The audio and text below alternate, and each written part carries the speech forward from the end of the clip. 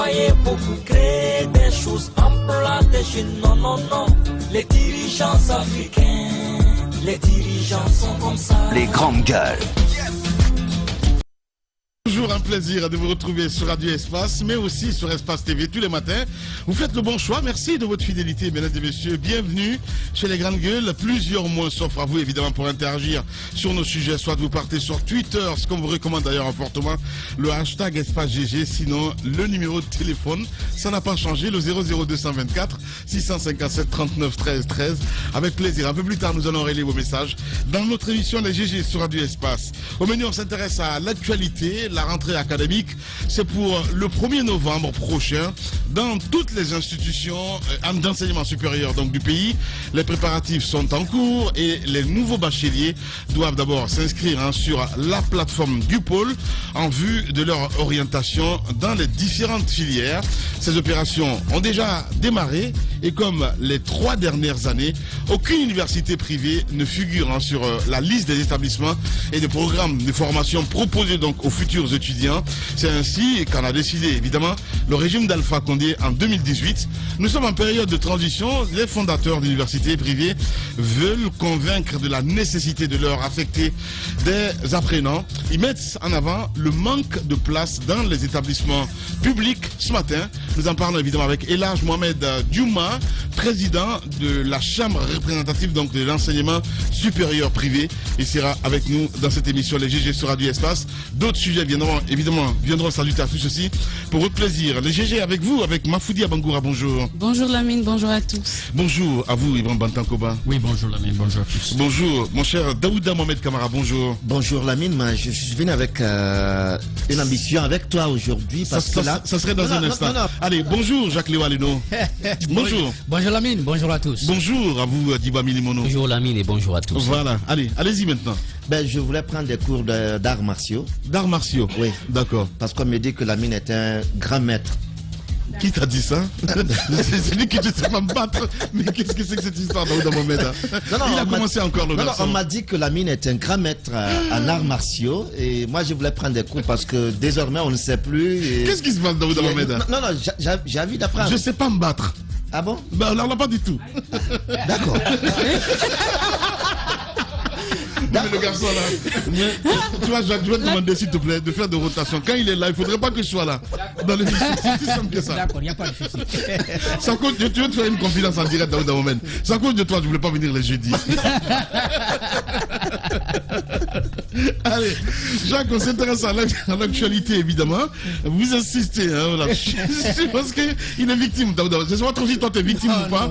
Tout le monde est victime. Électricité de Guinée, les factures augmentent en catimini, le dit Jacques. Oui, c'est pas l'augmentation des factures qui dérange. Oui. Hein? Je crois que s'il y a un service qui est donné par l'État, c'est normal que les citoyens payent. Et si on estime que la situation actuelle exige que le citoyen paye un peu plus, il n'y a aucun problème. Mais le problème, c'est le fait d'avoir augmenté et de n'avoir pas informé la population.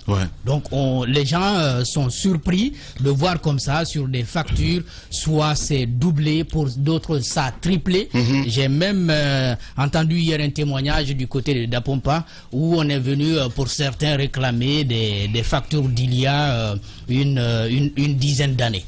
Donc on essaye de reporter, n'est-ce pas, ce qui n'a pas été perçu avant, maintenant. Et je crois que c'est ce qui n'est pas normal.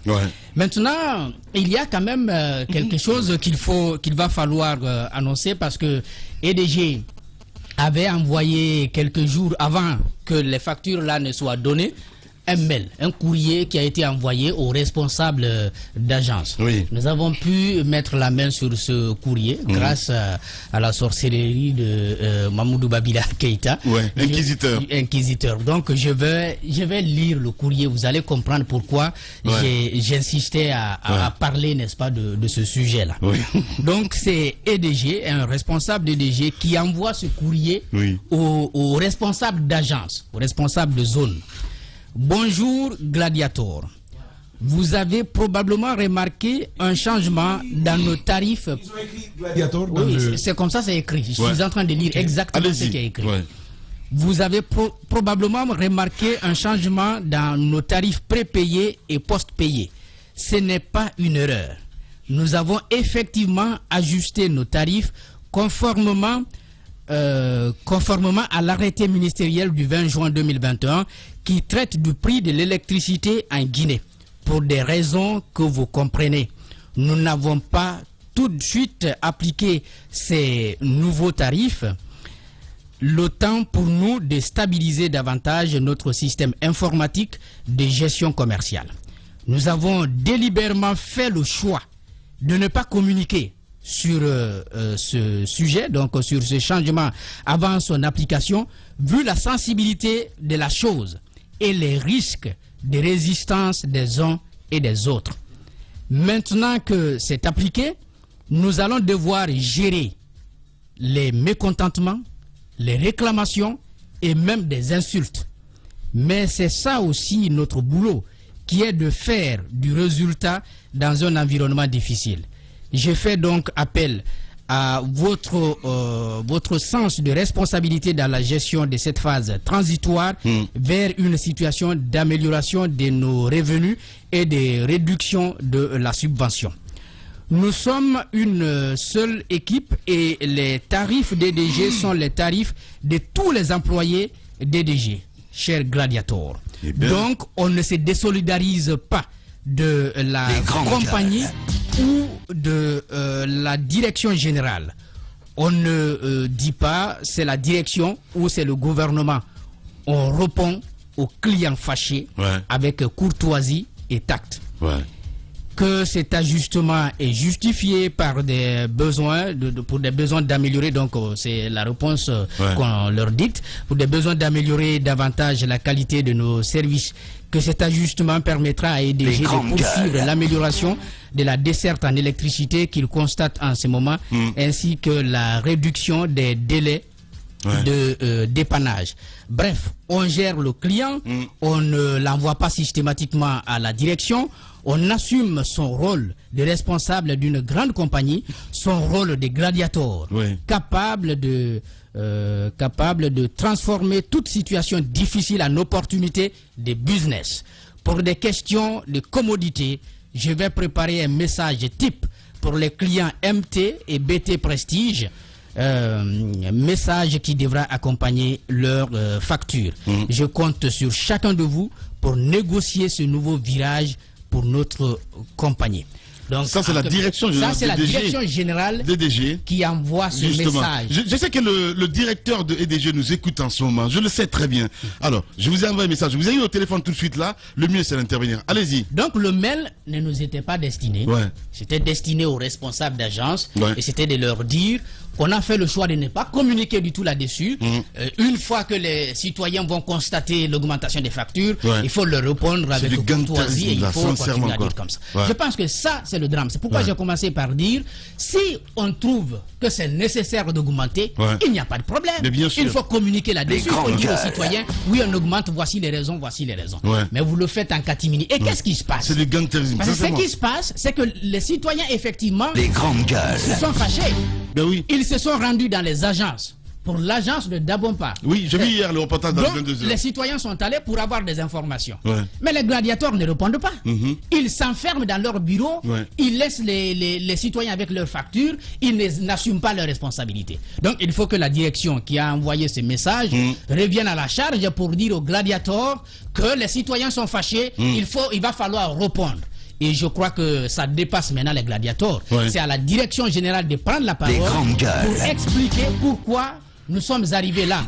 Et sans compter qu'il y a encore des quartiers qui continuent à enregistrer des difficultés. Il y en a qui sont plongés dans le noir. Même si on a dit il y a la situation qui s'est améliorée ces derniers temps, il y a encore du travail qui doit être fait. Pour le système informatique qui a été invoqué, il y a des agents qui avaient eu le courage de prendre la parole, qui disent qu'ils n'ont pas la maîtrise. Ils n'ont pas encore la maîtrise du système qui a été mis en place. Alors, vous n'avez pas la maîtrise du système et vous lâchez quand même les factures. Il se trouve que effectivement certains citoyens se sont retrouvés avec des factures parfois triplées où on est venu, on ne sait pas à combien on est en train de vendre aujourd'hui le kilowattheure. On me disait que on était parti de 90 francs à, c'est pas 117 pour ceux qui sont donc nous qui sommes au tarif social. Il y a donc un certain nombre d'informations qu'il va falloir donner à la population. Voilà, compréhensible ou pas du tout, Daouda Mohamed Kamara? Parce que quand on donne le ton, les codes du langage, comme si c'était des diplomates en fait, des menteurs. Effectivement des menteurs, parce que ce n'est pas ce qu'on est en train de vivre aujourd'hui. L'autre aspect de la situation, c'est qu'on amène des factures. Ces factures, on dit l'État n'a pas payé pendant la période je vais dire la période d'urgence, d'état d'urgence sanitaire, on n'a pas payé, l'État n'a pas payé. Donc les populations doivent payer aujourd'hui. Voilà le problème qui se pose. On ne peut pas venir avec des factures, remettre aux citoyens sans les informer au préalable. On a des communiqués de EDG qui passent à tout moment lorsqu'il y a des coupures sur une ligne. Il y a des communiqués qui passent. Qu'est-ce qui les empêcherait aujourd'hui de faire des communiqués également pour informer les populations? Mais là, on les a pris la main dans le sac. Hein. Oui. Non, je suis désolé. Hein.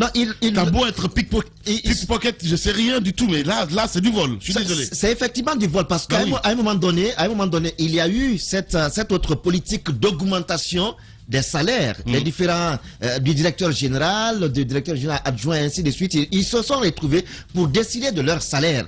Qu'est-ce qu'ils vont attribuer à chacun comme salaire? Pendant ce temps, les travailleurs sont dans la dèche dans les quartiers. Pendant ce temps, les populations ne savent pas, est-ce que c'est l'État qui doit payer la période d'état d'urgence? Est-ce que c'est l'État qui doit payer? Pourquoi l'État n'a-t-il pas payé encore? Et pourquoi c'est l'État, c'est la population qui doit payer? Il n'y a aucun élément de communication qui permettent aux populations aujourd'hui de savoir que il y a les difficultés au niveau de l'EDG. Voilà les raisons qui nous amènent à une augmentation des factures. Mais cela ne peut pas être du jour au lendemain. Vous venez, vous jetez les factures dans les ménages et puis vous partez. Et lorsque vous avez un problème aujourd'hui, c'est vrai qu'on dise qu'il y a des agents qui sont dans les quartiers ou qui sont proches des quartiers pour intervenir dans les situations de panne et autres. Mais parfois, quand vous avez une panne, vous pouvez passer 3 jours, 4 jours, il n'y a personne qui vienne, et parfois quand ils viennent, on vous demande encore comment le terme est utilisé dans les quartiers, pour que vous... Non mais c'est le terme. On demande à chaque ménage... Une petite contribution. On demande à chaque ménage de payer quelque chose pour que l'argent vienne dépanner.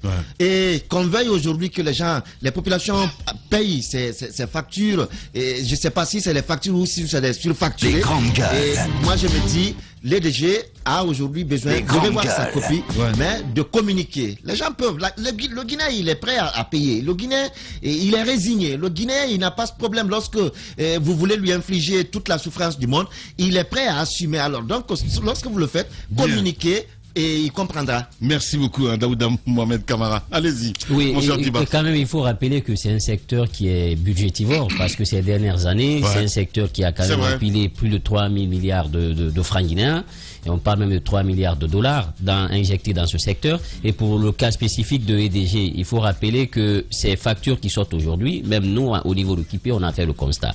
Mais ce qui est regrettable, c'est vrai qu'il n'y a pas eu une communication en amont, mais il faut rappeler une chose, les raisons qui sont évoquées, ils estiment que ça va permettre d'améliorer la qualité du service, ça va permettre de poursuivre un peu l'opération parce qu'aujourd'hui la desserte pour eux elle est importante, mais aussi les délais de dépannage pour que ça soit accéléré. Ce sont les raisons évoquées, mais sauf que si vous regardez aujourd'hui la subvention qui est faite, je pense que, est-ce qu'on a besoin d'aller aujourd'hui vers une augmentation?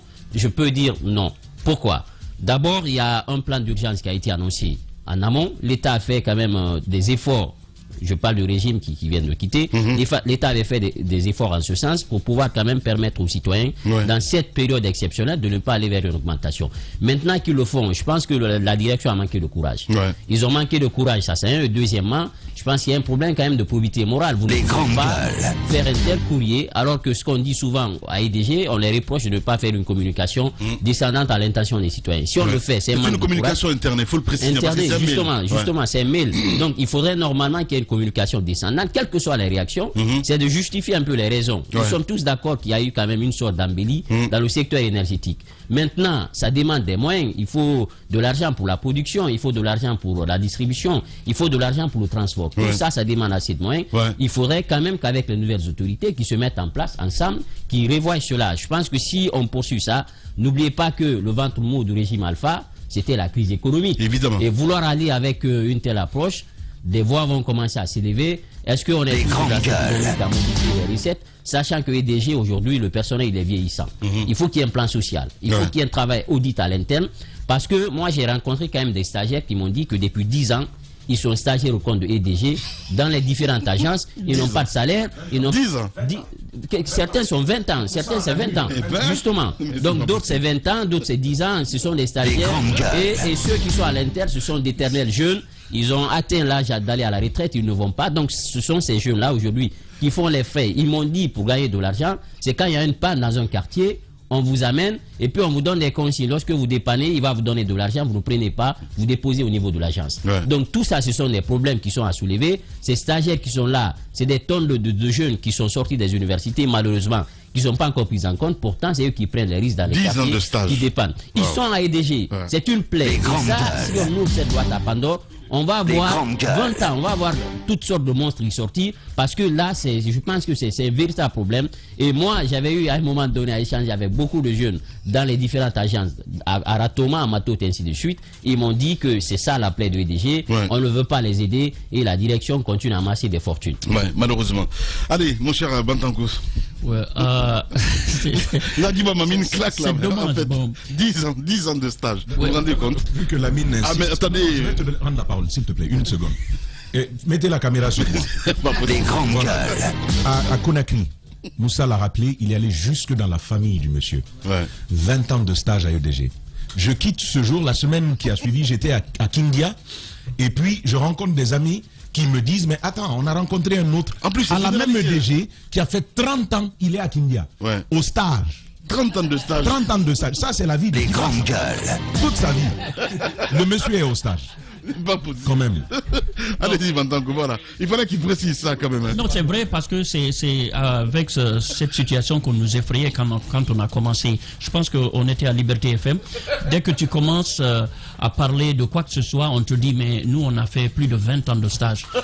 Donc, vous comprenez que c'est comme ça qu'on vous effrayait et puis on vous permettait de vous taire. Mais dans ce secteur de l'énergie, il faut dire qu'il y a beaucoup de choses à dire, il y a beaucoup de choses à faire. Mais moi, je dirais vivement l'arrivée des privés. Parce que l'État ne peut pas continuer à injecter de l'argent comme ça à tout moment. C'est tellement budget vital. Mais c'est qu'il y a aujourd'hui, dans ce secteur, il y a par exemple... Mais comment comprendre quand même la qualité, mais cette augmentation? Le lecteur qui témoigne en direct, c'est-à-dire l'autre me dit sa facture est passée de 310 000 à 740 000. Oui, mais puisque c'est EDG seulement qui fournit de l'électricité ici aujourd'hui. Si on encourage la concurrence, l'État n'a même pas besoin de donner ça au privé. Dans tous les autres pays, c'est comme ça qu'on le fait. Les grandes gueules. Le citoyen est libre de choisir celui qui, en tout cas, est favorable à ses moyens. C'est-à-dire, tu choisis peut-être le moins cher, tu vas là-bas. Mais aujourd'hui, il y a le problème qui se pose.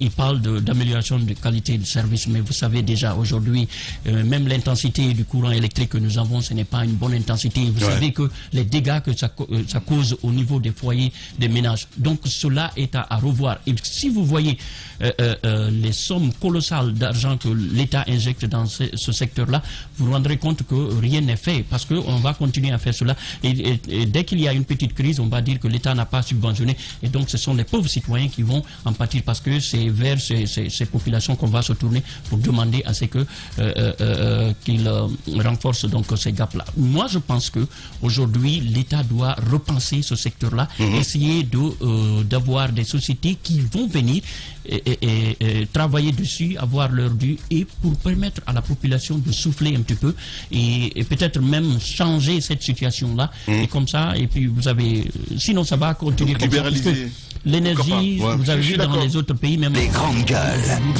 de tous ces frais, on essaie de juguler un petit peu pour permettre aux populations de subvenir à leurs besoins, mais ça va continuer à émerger. Il y a même certains qui ont commencé à relancer donc le charbon. C'est pour vous dire que c'est une question qui va nous venir de plein fouet, taper sur voilà, la Guinée si on continue à tâtonner sur un secteur comme ça, aussi stratégique, aussi important. Moi, je pense que l'État, peut-être espérons que voilà, les nouvelles équipes qui vont venir, c'est-à-dire l'État, qu'on va essayer de revoir tout cela, essayer de changer un petit peu. Sinon, ça, c'est du tâtonnement et ça va continuer ainsi et les gens vont souffrir et sans parler des dégâts que cela va engendrer. Justement. Allez, ma grande Mafoudia, on ne comprend pas. On ne comprend pas. Moi, je pense que c'est juste, c'est comme quand vous avez une maison, votre maison familiale, pour cuisiner, on dit il faut une personne étrangère, pour faire la vaisselle, il faut une personne étrangère, pour, je sais pas, faire tout à la maison, il faut quelqu'un parce qu'on suppose que vous n'avez pas ce qu'il faut pour le faire. Mais finalement, à qui la faute? On dit l'État doit, mais c'est l'État là même qui ne marche pas. Aujourd'hui, on parle des DG, mais dans tous les secteurs, c'est la même pagaille. Combien d'argent ont été investis dans le domaine de l'électricité? On se retrouve avec quel résultat? La gestion humaine, on n'en parle même pas. La gestion financière, c'est autre chose. Prenez tous les secteurs stratégiques en Guinée. Vous avez de l'argent, au bout, vous avez des gestionnaires de ces projets, des directeurs et autres qui sont plus riches que le département même. J'aimerais juste dire une chose, Mafoudia. Quand même, il ne faut pas voir du noir partout. Parce que si vous regardez le secteur énergétique, vers 2011, on n'était même pas à 500 mégawatts de capacité installée. Aujourd'hui, on est en on a le choix. Je suis d'accord qu'il n'y a pas le courant 24 heures sur 24. Il y a quand même une petite amélioration. Maintenant, c'est le service de EDG aujourd'hui qu'il faille quand même... On a le choix de ne pas voir au-delà de notre nez. Sinon, les autres sont assez loin. Ils se contentent même pas du peu. C'est pas normal qu'en pleine capitale aujourd'hui, qu'on se retrouve en manque d'électricité. C'est pas normal. Lorsque Lansana Conté venait, les luttes, les campagnes électorales, c'était sur ça. Après lui, 2010, quand Alpha, Cellou, ils étaient là, les campagnes électorales, c'était sur ça. On va vous donner le courant, on va vous donner l'eau. On se retrouve encore au bout de 2021 pour les mêmes problèmes. Ça ne marche pas, ça ne va pas. On ne va pas continuer comme ça. Moi, je pense que ce qui se passe, c'est que nous-mêmes Guinéens, on a du mal à se responsabiliser entre nous. On a des projets, il y a de l'argent qui sort, l'argent va au contraire dans la poche des particuliers qui s'enrichissent. L'État est incapable de mettre en place une équipe de gestion avec une probité morale qui leur permette de fournir aux Guinéens les services qu'il faut pour qu'on ne se retrouve pas avec des besoins élémentaires comme l'électricité et l'eau. On est en train d'échouer sur toute la ligne. Après, c'est bien beau à un moment donné de dire que c'est Alpha. Oui, c'est lui.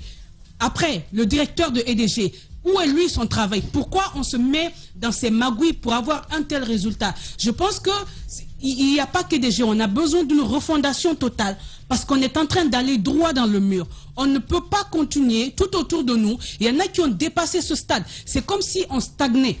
On n'évolue pas, on ne peut même pas penser à d'autres choses. Il y a des Guinéens qui ne peuvent pas investir parce que ne serait-ce qu'à penser au coût de l'électricité, il y a certaines entreprises que vous ne pouvez pas lancer en Guinée.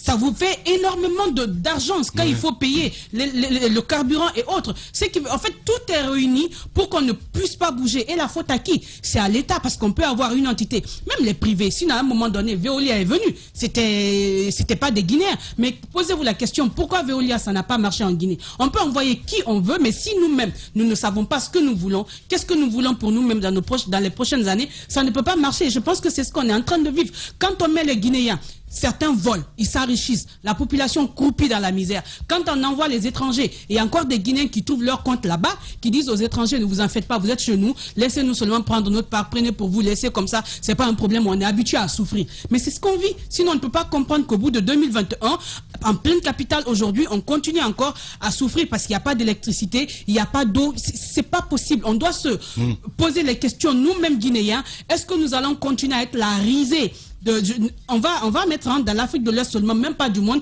parce que si on va trop loin, on serait comme des on est loin, il faut qu'on sorte de ça, il faut qu'on ait des ambitions, il faut qu'on se dise qu'on ne peut pas continuer à être à la queue, qu'on doit aussi qu'on mérite le bonheur. On ne peut pas être dans notre propre pays, on ne vit même pas bien. On sort ailleurs, même ceux qui viennent ici sont mieux que nous-mêmes. Ça c'est nous-mêmes, ça c'est de notre responsabilité. Si on continue à être ce que nous sommes, tant pis pour nous. Moi, privatisation ou pas, c'est pas mon problème. On ne s'aime pas en Guinée. Voilà, c'est bien dit, Mafoudia Bangoura. Il faut être étranger pour ne pas aimer la Guinée. Allez-y, mon cher Tamba. Alors, trois choses. Déjà, pour commencer, il faut dire que c'est nous qui sommes surpris. Le directeur général de EDG appelle ces éléments des gladiators. Il ne dit même pas gladiateurs. Parce que c'est un film, ça correspond à un film violent qui est paru en 2000. Et vous savez, les gladiateurs à Rome, ils sortent de l'arène, mais avant de sortir de l'arène pour combattre, c'est des gens qui sont comme dans des cages. Quand on sort, il sort avec des épées. Les grandes gueules. Ils viennent se tuer là-bas dans l'arène. La petite histoire de Tamba Zakari. Lui, il les appelle des... cabinet. Allez-y. Il les appelle des gladiateurs. Ouais. Bon, enfin des gladiators même. Donc on sait ce que c'est des gens qui aiment le combat. Alors, on est en paix, quoi. Avec EDG, on ne leur a pas causé de problème. Ils se sont dit, non, ça va pas. Nous, on aime quand c'est pas bon. Et ils disent, créons un problème, après on va résoudre la crise. Vous voyez le problème de communication, de communication qu'il y a là. Normalement, vous apportez dans une démarche pédagogique l'information, toute l'information sur les motivations de l'évolution des prix, sur les factures, et ça permet aux consommateurs de comprendre pourquoi est-ce qu'il faut y aller. Mais nous, on dit non, les gars, faites monter. On va gérer la crise. Vous êtes des gladiateurs, vous ne reculez pas jusqu'à la mort. À la vie, à la mort, allons-y. C'est l'expression de mépris du consommateur. Ça, il faut déjà le souligner. Lamine, il y a une anecdote, c'est-à-dire que toute ma vie, ça va me marquer. Parce que je n'avais pas encore vécu ça. Nous étions à Lyon avec un de nos amis, guinéen. Ici, on étudiait ensemble. Et puis, il s'est mis au volant d'une voiture à Lyon. Vous savez comment nous, on conduit? Ouais. Il se met à rouler, paf, on le flash. Il est en dépassement de vitesse. Quelques semaines après, dans sa boîte aux lettres, il voit un courrier qui lui dit qu'il va payer une facture, je crois que c'était de 95 €. Les grandes gueules. Et ce qui m'a frappé, c'est l'explication qui accompagne les 95 € que le monsieur doit payer. On lui dit, voici l'heure à laquelle c'est arrivé. Voici ce qu'il a fait pour qu'on te verbalise. Maintenant, pour payer, si tu payes tôt, si tu payes avant 15 jours, tu bénéficies d'une remise, je crois, de 15 ou de 20% du coût que tu dois payer. Et après, on va lui expliquer ce à quoi ces 95 € vont servir. Ça va aller à telle collectivité, ça va aller à tel service. C'est terrible. Tout est détaillé, élément par élément. Voici ce à quoi ça va servir. Hey, on aurait pu nous faire ça. Ouais. Nous aussi, on aurait pu nous faire ça. Les administrateurs de EDG, ils sont en Europe, la plupart ont leur famille là-bas. Ils savent comment ça fonctionne. Ça fait quoi si tu dis aux Guinéens, bon, voici le problème que rencontre l'entreprise, peut-être pas dans tout le détail, mais en vertu de ceci et de cela, pour pouvoir régler tel problème, nous allons vous inviter à consentir un effort supplémentaire qui va vous amener à payer ceci. À serrer la ceinture, comme on aime à dire. C'est pédagogique. On a tellement serré la ceinture. C'est une petite précision, sauf que dans d'autres pays, avant même que EDG ne propose ça à la population, EDG était censé se défendre, par exemple, devant le Parlement. Pourquoi une telle augmentation? Le débat devrait être là-bas, d'abord le pourquoi, mais il n'y a pas ça. Il décide à quoi on impose. Je suis bien d'accord avec ce que Marc dit justement, parce qu'il faut protéger le consommateur. Il faut respecter le consommateur. Mais on parle de DG, le Guinéen, certains Guinéens sont comme ça. Soyez dans un taxi. Le monsieur, il arrête quand tu veux. Quand tu dis, mais monsieur, on est en retard. Hey, comment on dit ça? Si tu ne veux pas, tu sors. Tu vas prendre un autre taxi. Il met la musique comme il veut. Quand tu demandes de descendre, baisse un peu, c'est pas une boîte de nuit. Il dit, votre affaire de faux état là, nous on n'est pas dedans. Il allume sa cigarette, il vous met la il vise ton nez. Et il crache ça dans tes... Je parle en même temps. Non, on parle du consommateur.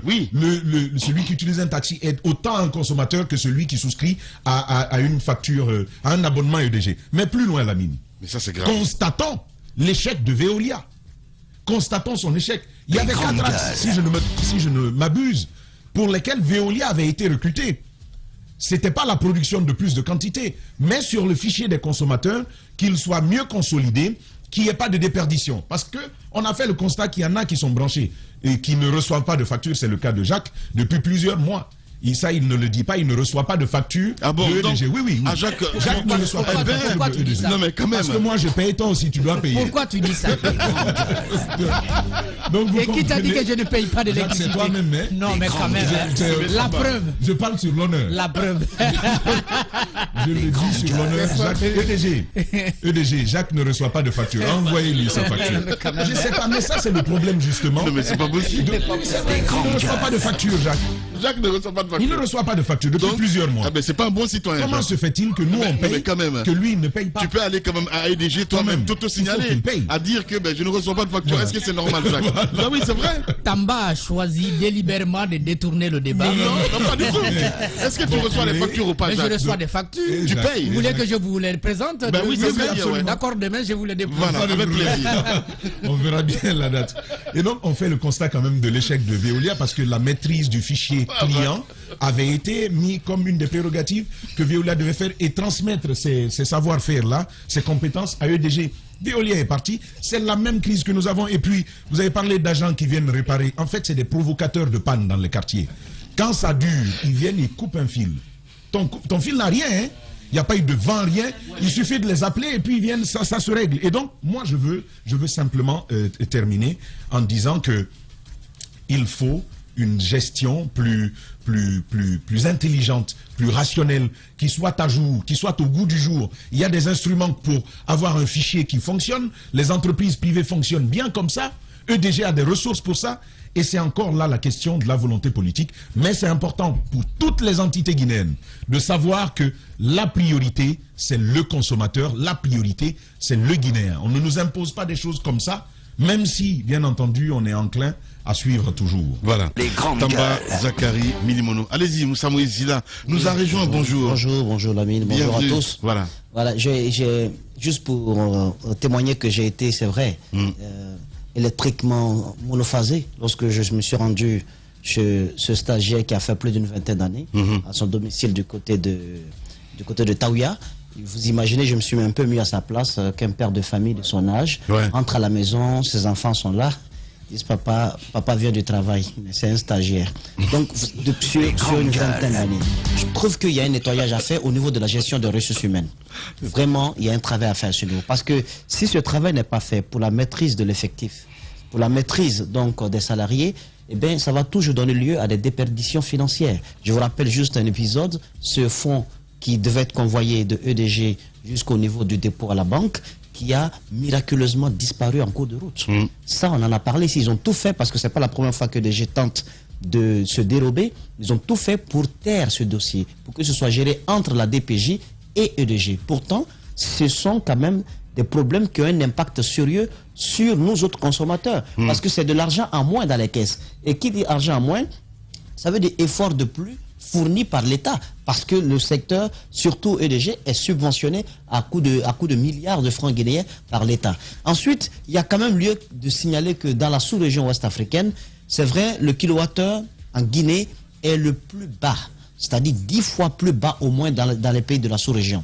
Nous payons moins par rapport à d'autres pays de la sous-région. Mais quand on dit cela, on ne dit pas le service rendu, la qualité du service rendu, la qualité de la tension du courant qui est fourni aux ménages. On ne dit pas, on ne parle pas là de la fréquence, donc de la, qu'on appelle, le terme là, comment est-ce qu'ils emploient ça, de la présence effective du courant à chaque fois qu'il y a besoin. On ne parle pas de cela. Donc, ce paiement en moins du kilowattheure, donc 10 fois moins cher, n'a pas un sérieux impact parce que tout simplement les services connexes ne sont pas du tout là. Donc je pense qu'à ce niveau, il y a du travail à faire. Maintenant, ce sujet d'aujourd'hui, l'alerte a été donnée par l'inquisiteur depuis le 29 septembre. Depuis le 29 septembre.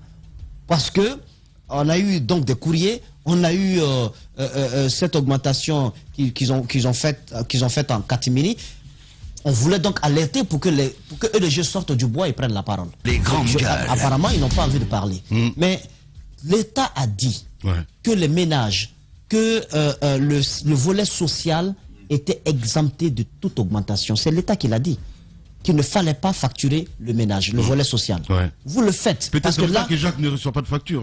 Bon, peut-être. Mais lui, je pense que c'est une exception. C'est une exception. Vous avez donc cette augmentation dans les ménages qui passe donc, par exemple, de 5 000 à 10 000 le kilowattheure. Donc ça fait une augmentation de 100%. C'est ce qui est assez grave.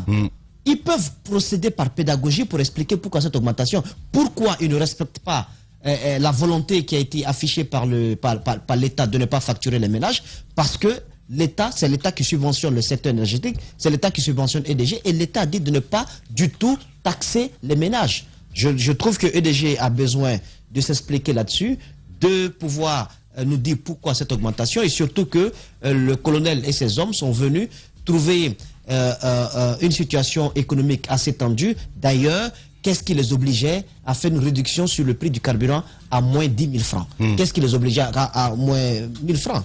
1000 francs, qu'est-ce qui les obligeait à le faire? Rien du tout. Alors que les autres procèdent à une diminution, vous procédez en catimini à une augmentation. Il va falloir bien expliquer où vont partir donc ces montants qui seront augmentés. Voilà, et pour être plus complet évidemment sur ce sujet, nous allons partir avec cet élément de reportage de Malik Sangiana Kamara. Des clients de la Guinée d'électricité au siège de l'agence de Dapompa. Sans violence, ils sont venus exprimer leur ras-le-bol suite à l'émission des factures qui ne refléteraient pas leur consommation. Alpha Yaya, muni de toutes ces anciennes factures, s'est dit confus de l'augmentation fantaisiste du montant qu'il avait l'habitude de payer. De 67 000, on va à 166 000, on va à 234 000, sans aucune explication. Ça, c'est par rapport au montant. Par rapport à la périodicité, nous constatons que l'EDG est en train de taxer doublement, d'utiliser doublement la périodicité. Que nous, notre facture venait après 2 mois. Mais nous avons compris effectivement que les factures sont en train de venir avant 2 mois. Ça veut dire réellement qu'ils sont en train de planifier quelque chose.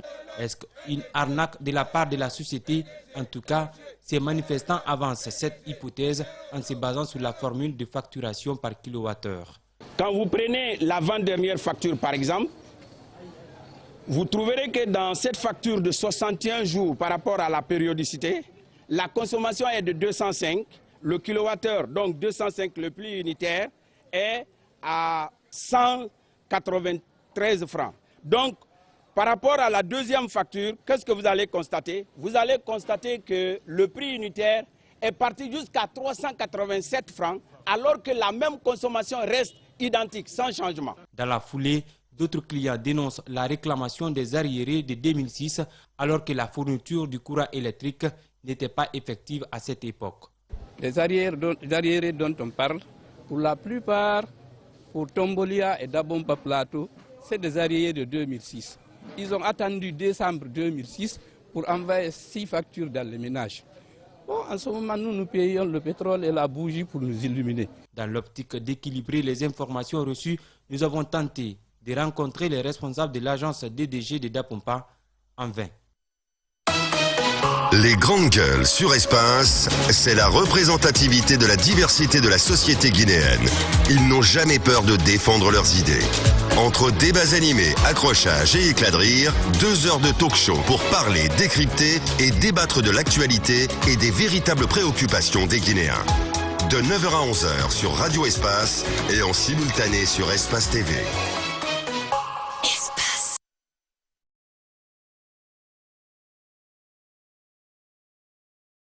Tous les matins sur Espace TV. Merci à vous qui nous rejoignez du côté de Mamou. Vous nous écoutez là sur Espace Mamou sur 99.7 à modulation de fréquence.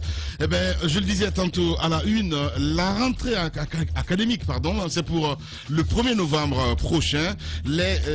Dans toutes les institutions, il faut le rappeler, d'enseignement supérieur du pays, les préparatifs sont en cours et les nouveaux bacheliers doivent d'abord s'inscrire en tout cas sur la plateforme Gupol en vue de leur orientation dans les différentes filières. Ces opérations ont déjà démarré et comme les 3 dernières années, aucune université privée ne figure en tout cas sur la liste des établissements et programmes de formation proposés donc aux futurs étudiants. C'est ainsi qu'en a décidé, vous le savez très bien, le régime d'Alpha Condé en 2018. Nous sommes en période de transition. Les fondateurs d'universités privées veulent convaincre de la nécessité de leur affecter des apprenants. Ils mettent en avant le manque de place dans les établissements publics ce matin, nous en parlons évidemment avec Elhaj Mohamed Diouma, président de la chambre, président de la chambre de représentatifs donc des étudiants supérieurs privés. Il sera avec nous dans ce studio. Mon cher Jacques, on a regardé un certain nombre de reportages de Malik Sangana.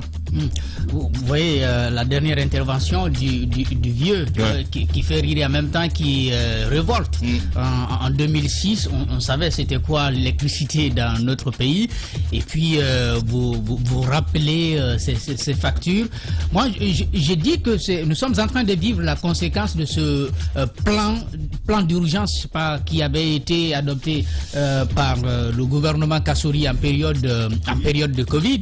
Il y a un plan de résilience qui avait été mis en place, mais certaines gratuités, on avait dit bon, ceci est gratuit, le transport est gratuit, l'électricité c'est gratuit, l'eau c'est gratuit. À l'époque, nous avions alerté, dire que si l'État ne paye pas, ces agences-là vont se rabattre sur les citoyens pour renflouer, n'est-ce pas, leur caisse. Je crois que c'est ce que nous sommes en train de vivre. Et il y a certainement des informations qui ne vont pas tarder à sortir. Certains agents le disent, l'État n'aurait pas payé. Et sans oublier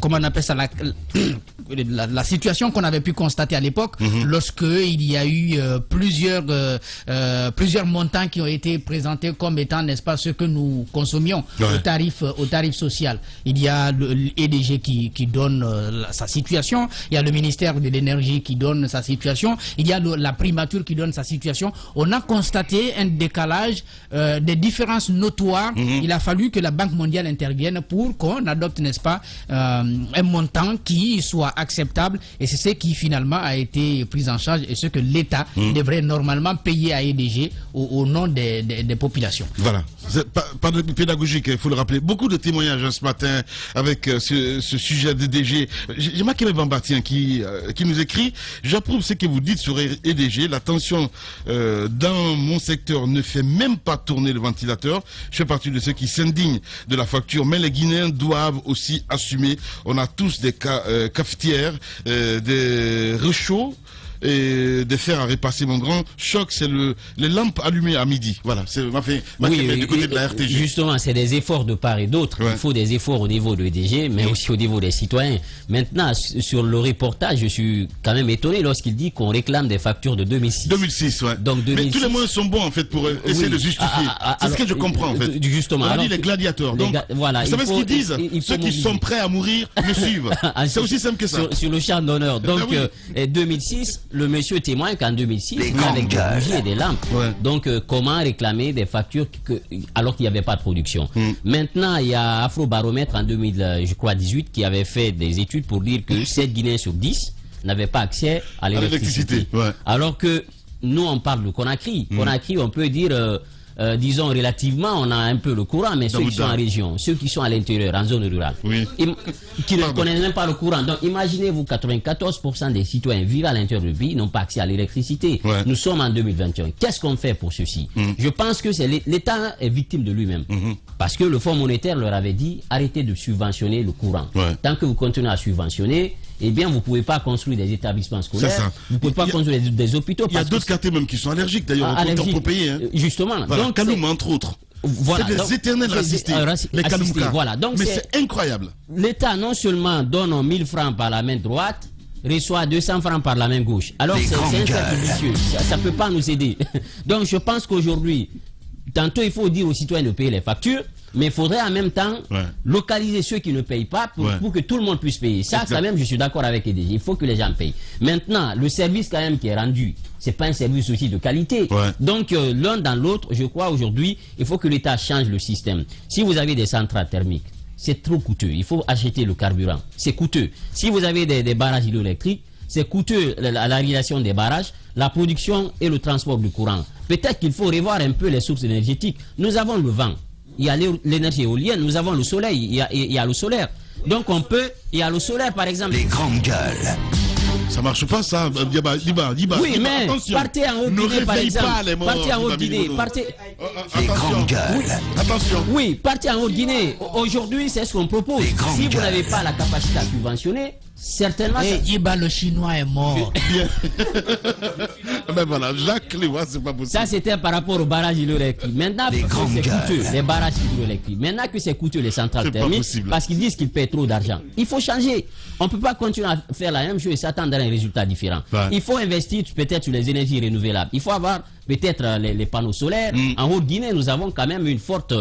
il y a le soleil, on peut exploiter cela. En Guinée forestière, vous avez quand même des sources énergétiques qui sont là, naturelles, qu'on peut utiliser pour baisser le coût de production. Et ça va permettre aussi à EDG de ne pas continuer avec ces mêmes pratiques. Ouais, bien dit. Diba Milimono. Allez-y, mon cher Jacques. Tamba. En fait, la première chose que je souhaitais dire, c'est bien entendu sur la réaction par rapport au gaspillage. Là encore, il faut reconnaître que EDG ne fait pas un travail sérieux. Il y avait la semaine de l'électricité il y a quelque temps. C'est des caravanes avec la musique, des gens qui sont venus chanter. C'est ce qu'on a développé. Après, ils ont fait des panels dans des hôtels. Et puis, ils ont mis du son dans des voitures qui circulaient pour claironner un peu leur... c'est dans le quartier. Économiser l'électricité, ça a fait le tour de Conakry. Après, ils ont garé les voitures, c'est fini. Ils ont fini leur semaine de sensibilisation comme ça. Comment les gens vont être amenés, regarde-moi comme ça, comment les gens vont être amenés à économiser l'électricité de cette façon? En fait, c'est ça notre problème. C'est ça notre problème. On parle de comportement. Le comportement prend du temps en termes de répétition pour se constituer. Il faut de la répétition. Il faut du temps pour que le comportement s'agrège. Pour désagréger un mauvais comportement, ça prend encore plus de temps. Gustave Le Bon, j'aime bien cet auteur qui dit que le temps est le seul véritable créateur et le seul redoutable destructeur. Et c'est là la place du temps dans la constitution d'un comportement. Et puis ajouter à cela des mesures de sanction. Qui est pénalisé par le fait d'ampoules qui soient allumées tout le temps? Ça ne se sent même pas dans les factures. Vous pouvez garder votre électricité, utiliser les réchauds que vous voulez. Ça ne changera jamais. D'ailleurs, on n'a même pas besoin de compteur. On dit, tu as combien d'appareils ici? On vient, on compte une ampoule, 2 ampoules. Bon, toi, tu vas payer 60 000. Tout le reste autour, on s'en fout. Genre, on construit, pardon l'expression, on construit la facturation sur le propos du client. Du client, vous comprenez un peu ce que je... Et puis maintenant, sur les 2006, moi, je suis arrivé à Conakry en 2006. J'habitais à Kobaya. Nous, on sait comment c'était. On pouvait passer 3 mois. Une seule ampoule ne s'allumait pas. Et quand ça venait, on dirait que c'était l'éclairage d'une luciole dans la nuit. L'ampoule, c'est-à-dire que l'ampoule t'apporte plus d'obscurité que d'électricité dans la maison. Et ça, on va prendre des factures de 2006, on va dire aux gens payés. Vous savez, la honte, c'est important. Un homme qui n'a pas honte, évite-le, fuis-le. Même pour une organisation. C'est la grande différence entre les uns, pour reprendre Ahmed, entre les uns, les autres et les autrui. C'est la honte. Merci beaucoup, Tamba Zakari Milimouna. Allez-y. Alors moi, je pense qu'au-delà, quand on parle de production avec EDG, que parallèlement à la production, je pense qu'il est important de mettre un accent particulier sur la communication, sur la sensibilisation. C'est assez important parce que après, ça a même un impact sur ce que vous êtes en train de faire si la population elle-même ne comprend pas le travail que vous êtes en train de faire. On veut procéder à une augmentation. Il faudra que la population sache quand et pourquoi et comment. Si vous ne le faites pas, à quel résultat vous vous attendez? Après, vous allez voir des manifestations dans un quartier à cause de ceci. Des policiers vont venir, il y aura des gaz lacrymogènes et peut-être un Guinéen va mourir. À qui la faute? Je pense qu'on peut quand même anticiper. Ça fait des années on est sur ça. La communication, par exemple, ce qui s'est passé là, s'ils avaient commencé à communiquer déjà en disant, et s'il y avait même eu un débat au niveau du Parlement pour qu'on nous dise déjà pourquoi eux ils procèdent à cette augmentation. Après, la population a compris, il y a cette question de sensibilisation, ça va de soi. Mais je pense que Tamba a utilisé un mot, c'est le mépris. on a un mépris vis-à-vis de cette population. On ne respecte pas, on se dit faisons, on s'en fout des résultats, on va gérer. C'est ce qui se passe de bout en bout. Donc on se retrouve aujourd'hui face à ces Guinéens. C'est en train de se passer. Moi, je ne vois même pas de solution au bout. Ils vont pas revenir sur la décision. C'est déjà fait, à moins que avec ces autres nouvelles autorités qui sont là, parce que moi, on a vu le miracle de revenir sur le prix du carburant. Peut-être on verra aussi le miracle de ce côté. Mais si c'est pas fait, ça va continuer et le Guinéen va supporter. Justement, c'est sur cela qu'on compte. Vous vous rappelez des grosses décisions qui avaient été prises pendant les manifestations politiques et autres, parce qu'on savait que le Guinéen accepte facilement. Mais ça aussi, ce n'est pas de la faiblesse. Je pense qu'on a épuisé cette population. On l'a fatiguée. Elle ne se sent même plus capable de résister d'une certaine façon. Et on mise sur ça. Normalement, ça devrait être le contraire au niveau des autorités, mais ça ne l'est pas. Ils exploitent cela. Le savoir à l'heure sur Radio Espace sous le coup de 10h. On revient avec vous. Espace TV Guinée est sur YouTube. Abonne-toi. Espace Guinée sur YouTube. Espace TV en avance sur les réseaux sociaux. Radio Espace, les grandes gueules. Leur spécialité, c'est la démesure totale. Tant qu'ils ne changeront pas, nous ne changerons pas non plus. Les grandes gueules, à suivre tous les jours sur la radio d'opinion. Radio Espace. Espace TV Guinée est sur YouTube. Abonne-toi. Espace Guinée sur YouTube. Espace TV en avance sur les réseaux sociaux. C'est l'histoire d'un homme. Oui, c'est moi. Un homme prêt à tout pour sauver le monde. Oui, ça dépend de ce que tu veux dire par là. Un héros? Un héros. C'est un peu rigolo, mais un héros, non. Maître en arts martiaux. Ah non, alors là, pas du tout. Spécialiste du combat rapproché. Ouh là là, je peux pas me battre. Et avec un corps de rêve. Alors là, tu t'es complètement trompé de personne. Oh, ça va quand même. Quelques kilos en moins, ça te ferait pas de mal, mais... Non, t'es bien déjà. Il est de retour. Lamine Guérassi, dans le plus lion des mornings. Rendez-vous lundi, dès 6h15, sur Radio Espace. Bien s'informer, ça demande du temps. Et surtout, se forger une opinion. Du temps pour recueillir les faits. Et recouper tous les faits. De confronter les idées. Les points de vue. Et surtout, les décortiquer. Les analyser, les décrypter. Et puis il faut du temps pour s'écouter. Se comprendre. Alors chaque jour, donnons du temps à l'info. Le temps qu'elle mérite. Les grandes gueules, du lundi au vendredi, sur Espace.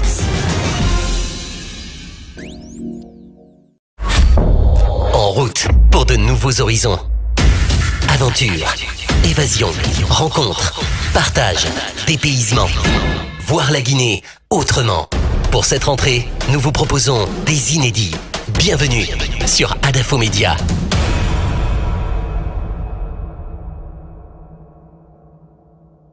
Eh oh, c'est Lamine. Il est de retour. Lamine Guérassi dans le plus lion des mornings. Dès lundi avec tous les moments du matin. Tu n'as pas mis un peu de reverb par là? Ah non, pas du tout. Bon, ok. À lundi. Vivez une fête sensationnelle, mortelle, exceptionnelle. Multidimensionnelle peut-être? Non, désolé. Ah d'accord. Ce modèle d'annonce, il n'y a que Adafo Média pour le faire. Pour toute information, contactez-nous 628 06 06 60. Adafo Média. Et si vous commenciez maintenant? Espace TV Guinée est sur YouTube. Abonne-toi. Espace Guinée sur YouTube. Espace TV en avance sur les réseaux sociaux.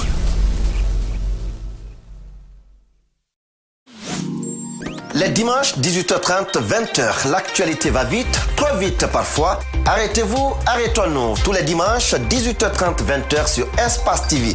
La pédagogie, les faits, rien que les faits, avec des journalistes, des hommes politiques et de la société civile. Le débat d'idées, même celles qui fâchent. Avec nos invités, vous allez vous faire votre opinion.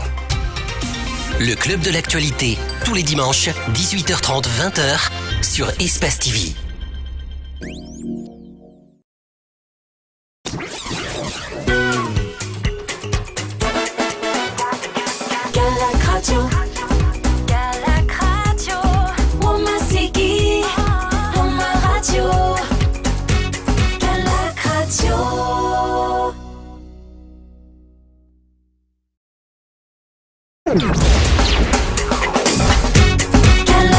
Radio. Espace TV Guinée est sur YouTube.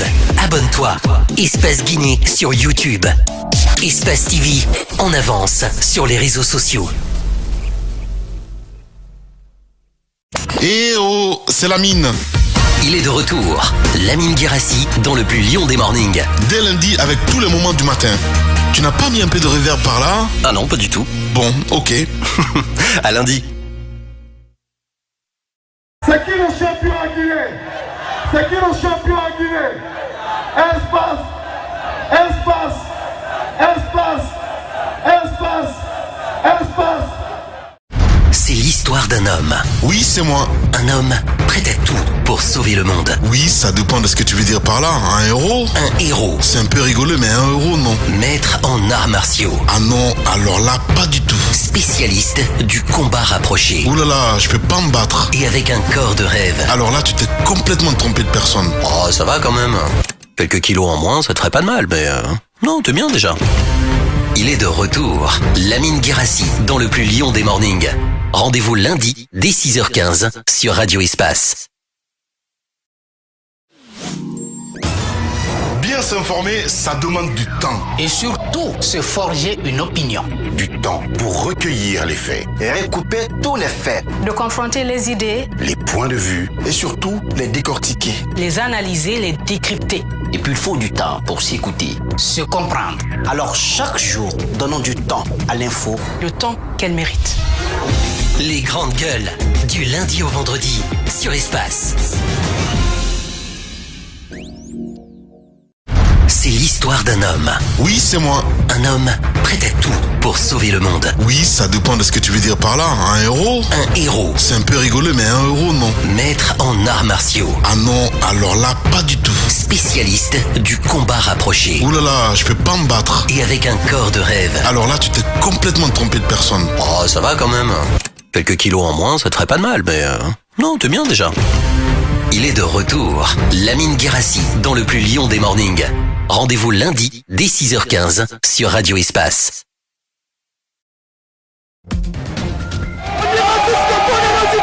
Des réactions à Conakry recueillies par notre partenaire d'Espace TV.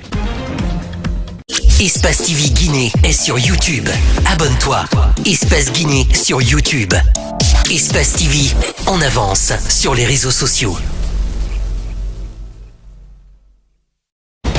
Les talentueux ne meurent jamais. Quelles que soient les épreuves, les difficultés, les crises, les circonstances, ils arrivent toujours à se surpasser et restent sous les projecteurs. Avec l'audace, tout devient possible. Les plus beaux palmarès de l'audiovisuel guinéen, c'est sur Adafo Média. Adafo Média, le futur, vivons-le ensemble.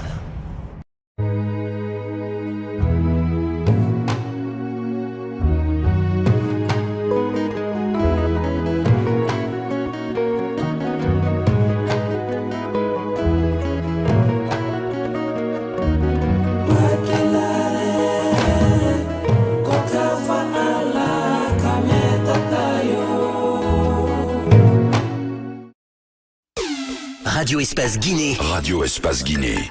Amalapouya, Gorée, Koréra, Boubouya, Tabis, Pont de Fer, Solaya, Limania, Katako, Kolaboui, Filira, Amdalaï sur 99.7. Radio Espace Kakandé, la plus bagataille. La plus bagataille des radios. Eh oh, c'est Lamine. Il est de retour. Lamine Guérassi dans le plus lion des mornings. Dès lundi avec tous les moments du matin. Tu n'as pas mis un peu de reverb par là? Ah non, pas du tout. Bon, ok. À lundi. Espace TV Guinée est sur YouTube. Abonne-toi. Espace Guinée sur YouTube.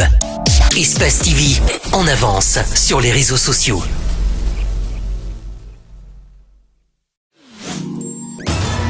Bien s'informer, ça demande du temps. Et surtout, se forger une opinion. Du temps pour recueillir les faits et recouper tous les faits. De confronter les idées, les points de vue et surtout les décortiquer. Les analyser, les décrypter. Et puis il faut du temps pour s'écouter, se comprendre. Alors chaque jour, donnons du temps à l'info. Le temps qu'elle mérite. Les grandes gueules, du lundi au vendredi, sur Espace.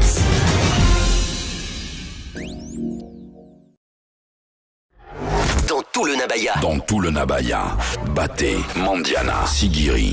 C'est Radio Espace sur 99. Radio Espace Cancan, la plus cancanaise des radios. C'est l'histoire d'un homme. Oui, c'est moi. Un homme prêt à tout pour sauver le monde. Oui, ça dépend de ce que tu veux dire par là. Un héros? Un héros. C'est un peu rigolo, mais un héros, non. Maître en arts martiaux. Ah non, alors là, pas du tout. Spécialiste du combat rapproché. Ouh là là, je peux pas me battre. Et avec un corps de rêve. Alors là, tu t'es complètement trompé de personne. Oh, ça va quand même. Quelques kilos en moins, ça te ferait pas de mal, mais... Non, t'es bien déjà. Il est de retour. Lamine Guérassi, dans le plus lion des mornings. Rendez-vous lundi, dès 6h15, sur Radio Espace. Hey. Yo. Groove Station, hip hop. Groove Station, Hussein Kaba. Tous les week-ends, c'est hip hop. Espace TV Guinée est sur YouTube. Abonne-toi. Espace Guinée sur YouTube. Espace TV en avance sur les réseaux sociaux. Espace TV Guinée est sur YouTube. Abonne-toi. Espace Guinée sur YouTube. Espace TV en avance sur les réseaux sociaux. C'est l'histoire d'un homme. Oui, c'est moi. Un homme prêt à tout pour sauver le monde. Les vrais gladiateurs, évidemment, nous accompagnent ce matin du côté de la régie à la télé, Espace TV. Kabine Condé, Mafata Sano, Mamoudou Condé, évidemment, le colosse.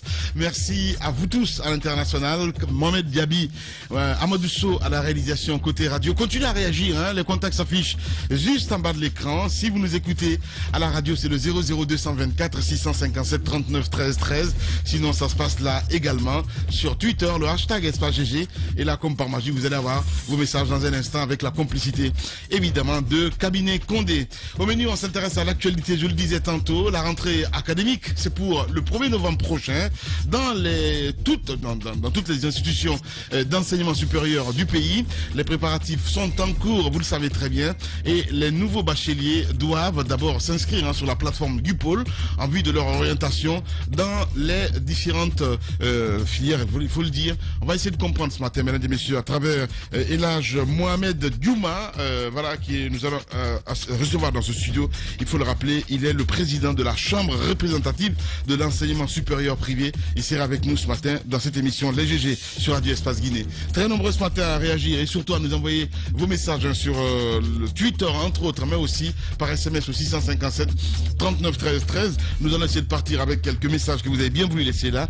Le premier qui nous écrit: bonjour les GG, vous êtes vraiment la voix des sans-voix. J'ai payé ma facture EDG par Orange Money. On me l'a ramené comme impayé. J'ai payé 3 autres factures qu'on m'a ramené comme impayé. C'est fini. Je ne paierai plus la facture avant d'y voir plus clair. Il veut dire à un autre ami, Abdoulaye Barry de Koza, qui nous envoie ce message. On reste dans le sillage. Lui, il est à Mamou. Il nous écoute là sur 99.7 Espace Mamou. Bonjour les GG. À Mamou d'ailleurs, c'est le pire. La direction de l'EDG est devenue un compteur d'estimateurs elle-même. Qu'est-ce qu'il veut dire la direction, ok.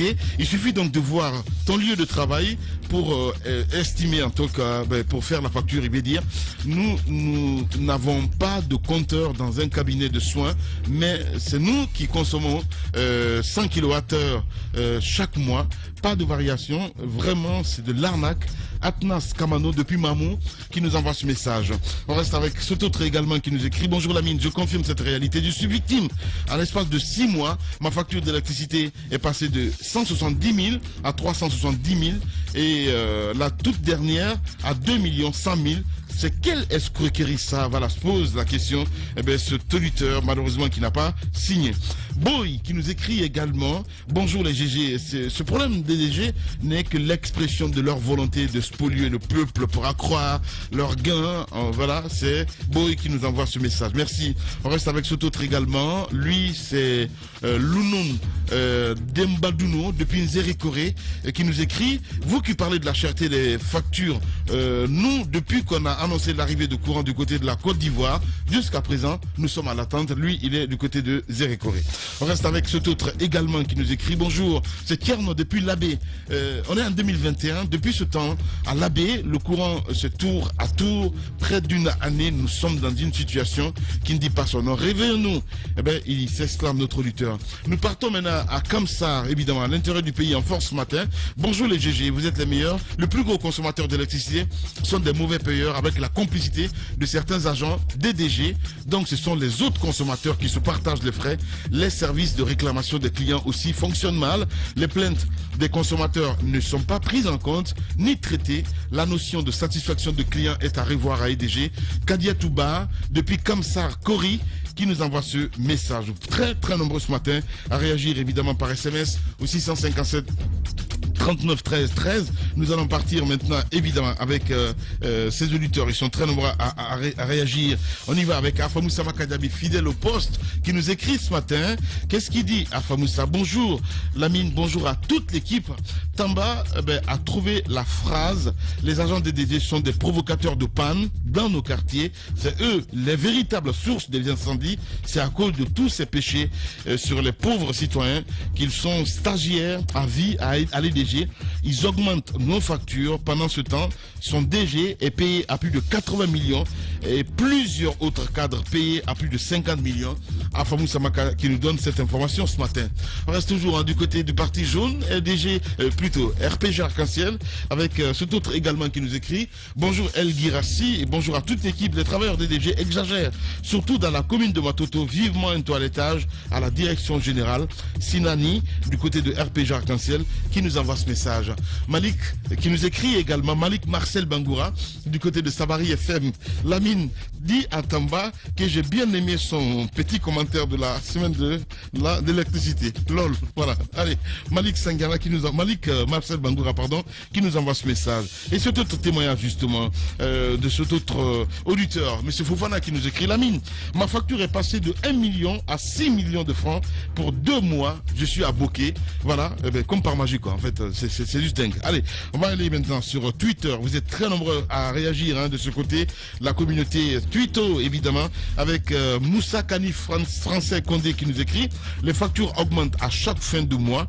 Exceptionnellement, c'est fantaisiste tout ça. Cela est aussi écœurant que les coupures de ces derniers temps. Le CNFD doit jeter donc un regard sérieux sur EDG, car ça a l'air d'un sabotage. Kani Madi français Condé qui nous envoie ce message. On reste avec Moussa le Noble également qui nous écrit sur Twitter. Qu'est-ce qu'il dit Moussa? Bonjour à toute l'équipe des GG. EDG est une société qui n'a aucun état d'âme ou considération pour les pauvres citoyens. Le colonel doit revoir leur situation pour le bien de la République. On reste avec Guinéen Résigné qui nous écrit également sur Twitter. Bonjour à toute l'équipe.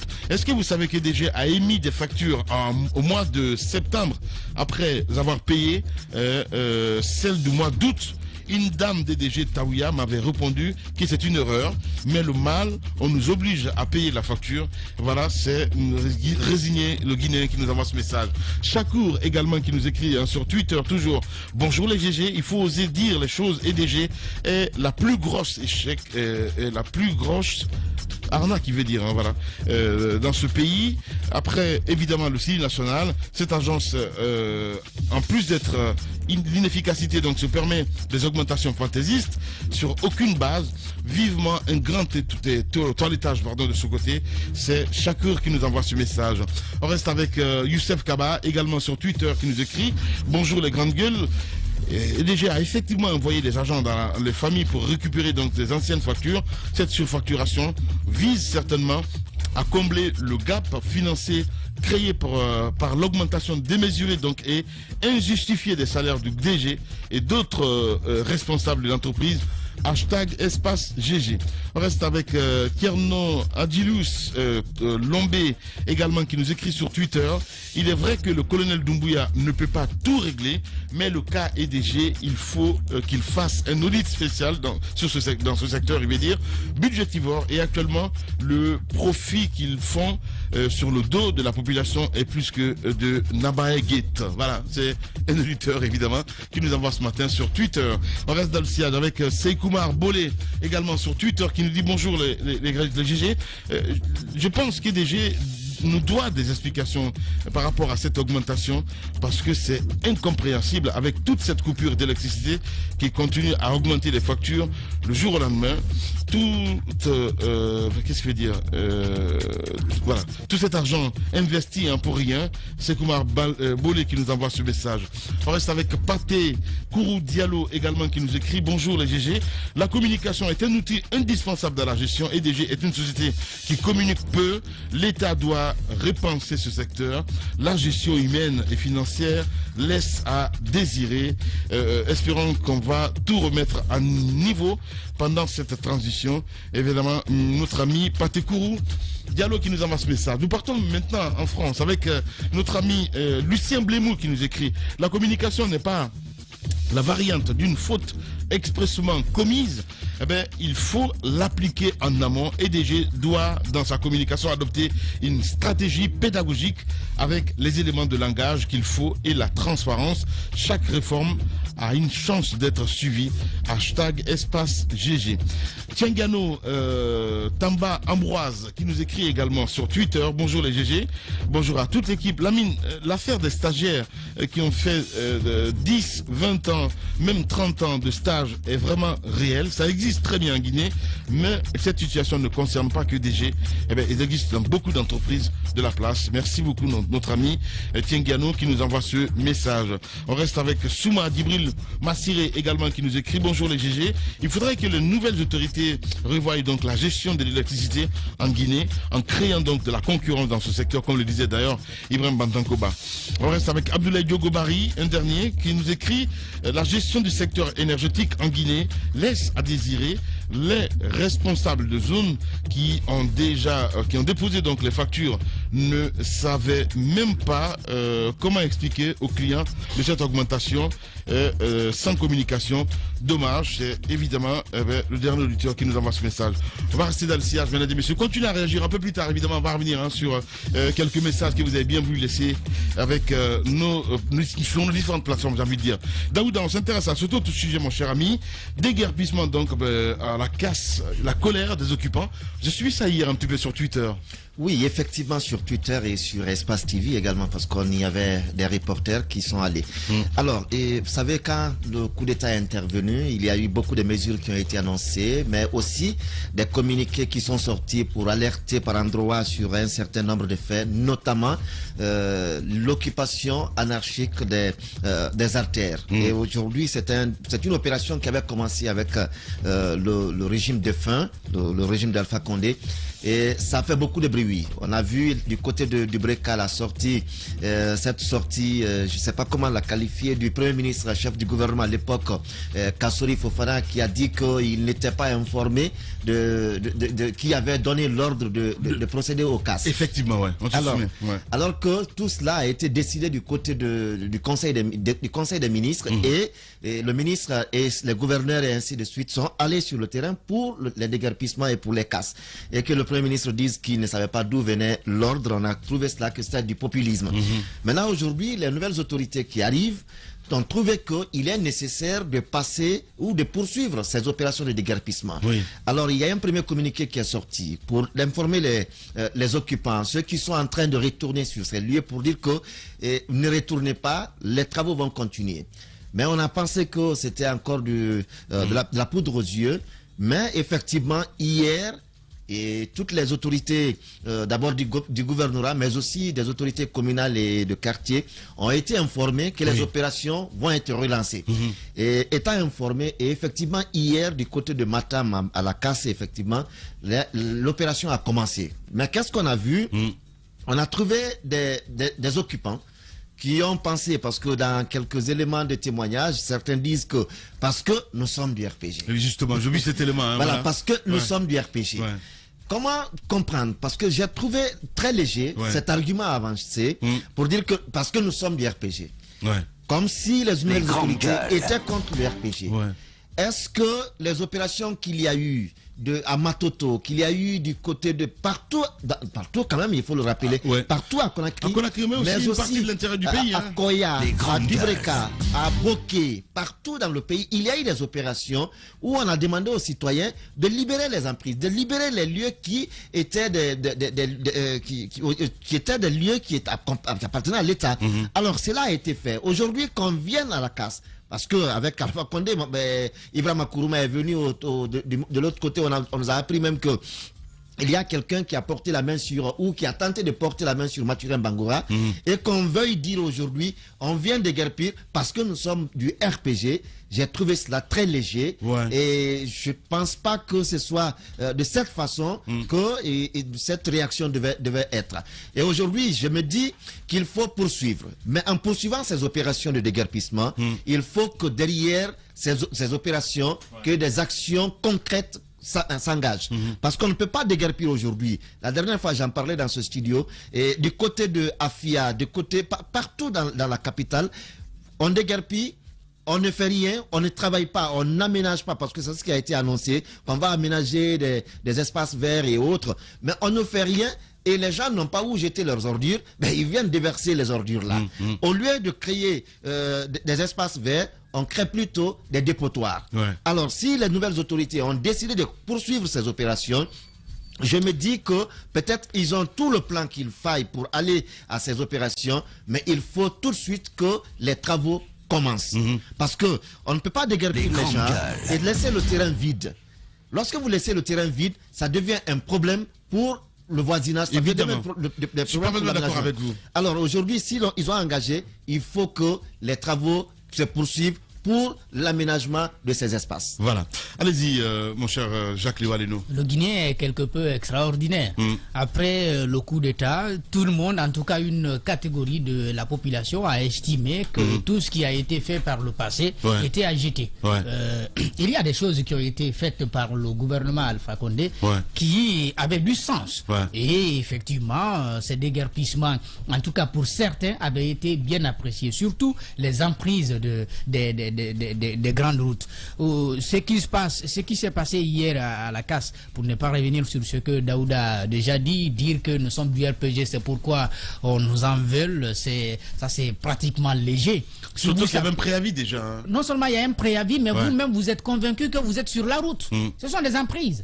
Vous devez pouvoir les libérer, ne pas attendre que les gens, que l'État vienne, n'est-ce pas, vous le dire avant, n'est-ce pas, de bouger.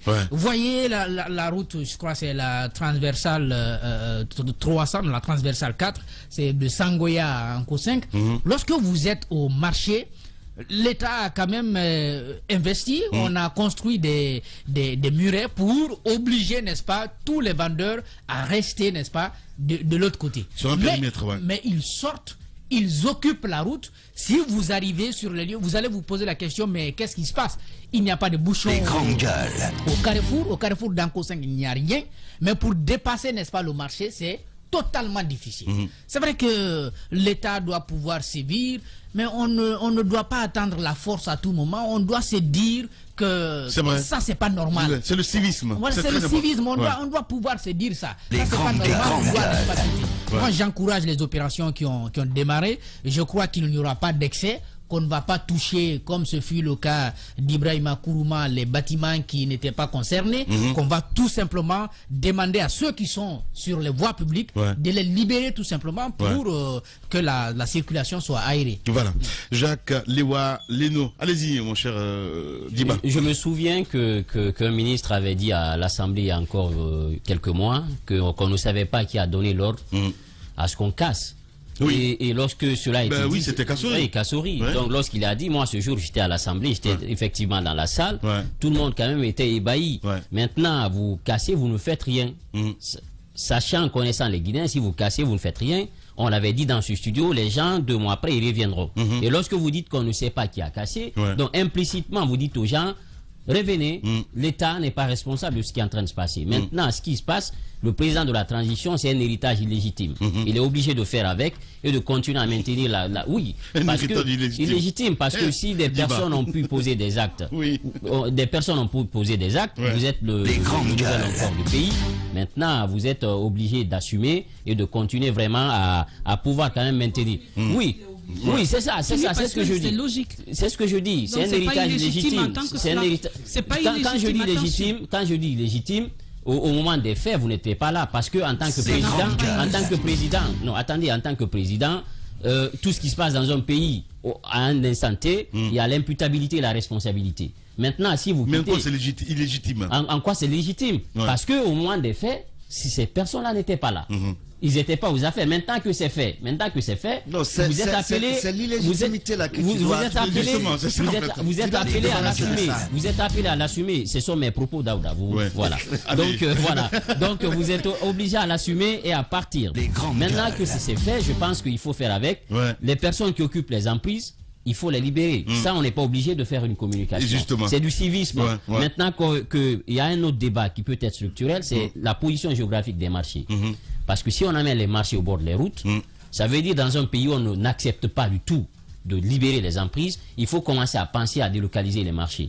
C'est vrai que le plan cadastral de Conakry travaille à faire à ce niveau, mais à un moment donné, il faut penser à délocaliser les marchés. Ce n'est que dans ce pays, on voit souvent, on amène les marchés au bord de la route, ça fait que les femmes se déplacent, les vendeurs ambulants, tout le monde vient. Regardez aujourd'hui au niveau de 36, il y a des mois, c'était libre, mais aujourd'hui, c'est un embouteillage terrible à ce niveau, tout le monde encore est venu. C'est dans les gènes, c'est dans les pratiques, mais une fois encore, il faut que l'État aussi pense à délocaliser les marchés et à les enlever au bord des routes. Djiba Milimono, allez-y mon cher Moussa Moïse, vous avez suivi? Oui, j'ai suivi, je pense que on a pu entendre déjà que c'est un règlement de compte, je pense qu'il faut sortir de cela. Dubreuil aurait pu dire la même chose, on aurait compris. Roya aurait pu dire la même chose, on aurait compris, parce que là, ce ne sont pas les encombrants physiques sur la voie publique qui ont été touchés, ce sont des domiciles privés qui ont été fendus, balafrés, parce que je me rappelle encore de l'étage dont nous parlions hier, qui se trouve juste au niveau de, après le carrefour de Dubreuil. Ce monsieur a vu son bâtiment complètement fendu. Je pense que ces personnes-là sont des victimes. Mais pour ce qui consiste à quand même dégager la voie publique de ces encombrants, je pense qu'il n'y a absolument aucun règlement de compte à ce niveau. C'est plutôt une action vitale. Prenez 16 heures. Allez-y au niveau de la bretelle qui quitte Sangoya pour monter jusqu'à Anko 5. Le petit marché qui est là où il y avait l'entreprise Anko 5. Mais c'est incroyable. C'est le marché qui vient vous agresser. C'est pas vous qui partez au marché. C'est-à-dire que c'est incroyable. C'est-à-dire vous avez les murets, mais ces murets ont disparu de par l'action de ces vendeuses et de ces vendeurs. Mais pas que, parce que c'est encouragé aussi. Je parlais de ça avec qui hier soir à dire, je ne comprenais pas en fait quand vous venez le matin, ces badauds là qui donnent des tickets aux taxis et tout ça, mais c'est eux les arnaqueurs dans les marchés, Moussa. Il faut les dénoncer, c'est important. Parce qu'il y a une complicité quand même au niveau des marchés. Oui, pour les gestionnaires de marché qui reçoivent de l'argent payé par ces dames. Ils appellent ça des quittances. Exactement. Même lorsque vous pesez, pas très souvent. À la mairie. Pas très souvent. Je ne pense pas. Pas très souvent. Il y a les administrateurs de marché. Vous êtes au courant de ces altercations qu'il y a eu. Mais ce sont des les administrateurs. Oui, dans les conditions normales. Les administrateurs de marché. Une bonne partie de cet argent va à leur niveau. Dans les conditions normales. Voilà, exactement. Pour gérer tous ceux qui interviennent dans le. Ça paye bien. Parce que c'est à 4h du matin à 3h. Je trouve ça bizarre. Même lorsque ces bonnes dames posent une assiette quelque part auprès du marché, vous payez quelque chose. Même une simple assiette, vous payez quelque chose. Donc j'estime que l'action de la casse, la casse n'a pas été touchée lorsqu'il y avait cette opération d'envergure. Sans ce moment qu'on aurait pu parler de 2 poids 2 mesures. Mais si vous êtes quand même sur l'emprise de la voie publique, c'est normal que vous soyez touché. Maintenant, ce sur quoi il faudrait s'attarder et pour inviter le CNRD à faire différemment. C'est lui en fait, c'est à l'antenne qui disait ils étaient victimes. A fait différemment de l'autre, comment ça s'appelle, du défunt régime, c'est quand on dégage, il faut occuper il faut aménager. C'est important. Il ne faut pas dégager juste pour dégager, parce que la nature a horreur du vide. Lorsque vous laissez l'espace vide pendant 1 mois, 2 mois, 3 mois, vous verrez que les anciennes habitudes vont reprendre. On n'a pas besoin de ça. Qu'il faudrait les aménager, et la nouvelle patronne de la ville de Conakry pourrait donc mettre en place, en concertation avec les différentes mairies, une stratégie dans ce sens-là. Voilà, allez-y mon cher Tamba Zakari, Milimono. Je suis bien d'accord avec le propos de Moussa Moïse sur ce qu'il faut faire. Là, on connaît la règle universelle, la nature a horreur du vide. Vous libérez tout ça, déjà qu'il y a un problème. La plupart des Guinéens évoluent dans l'informel. Commerce, tout ce que vous savez. C'est là-bas qu'on est, c'est là-bas qu'on vit. Parce que l'État n'arrive pas, même par la promotion des investisseurs privés, à donner de l'emploi, donner de l'occupation aux Guinéens. Donc on est obligé soit de vendre du maïs, de l'arachide, ces vendeurs à la sauvette, ceux qui ont une petite tablette en bordure de route. C'est comme ça que les gens vivent, c'est comme ça qu'on joint les deux bouts. Il n'y a pas de services sociaux de base pour pouvoir vivre, il faut trouver des revenus. Et donc c'est au niveau de ces emprises. Et ces emprises-là sont gérées par les mairies. C'est ça. Les marchés dont on parle, jusqu'à présent, je ne vois pas de marché de ce type qui soit privé. Ce sont des marchés de nos municipalités. C'est les mairies qui les gèrent, encore une fois. Ces administrateurs-là sont placés là par les municipalités. Ça, c'est également une chose. Il y a donc cette fiscalité locale qui sort de ces quittances. Ces ressources-là, encore une fois, sont gérées par les municipalités, même si certaines entrent dans le traitement du personnel administratif de ces marchés, l'essentiel repart aux municipalités. On vient, on déguerpit. Déjà, moi, je fais remarquer que ça doit d'abord être l'initiative de ces municipalités. Ouais.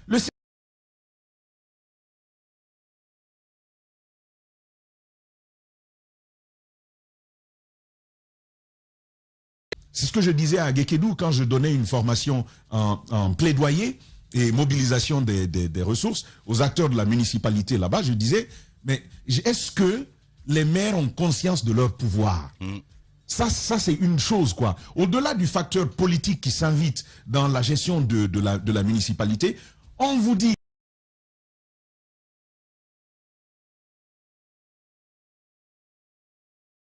Et en plus de ces compétences-là, il y a des compétences... Non, c'était l'ancien code. Le code actuel, c'est...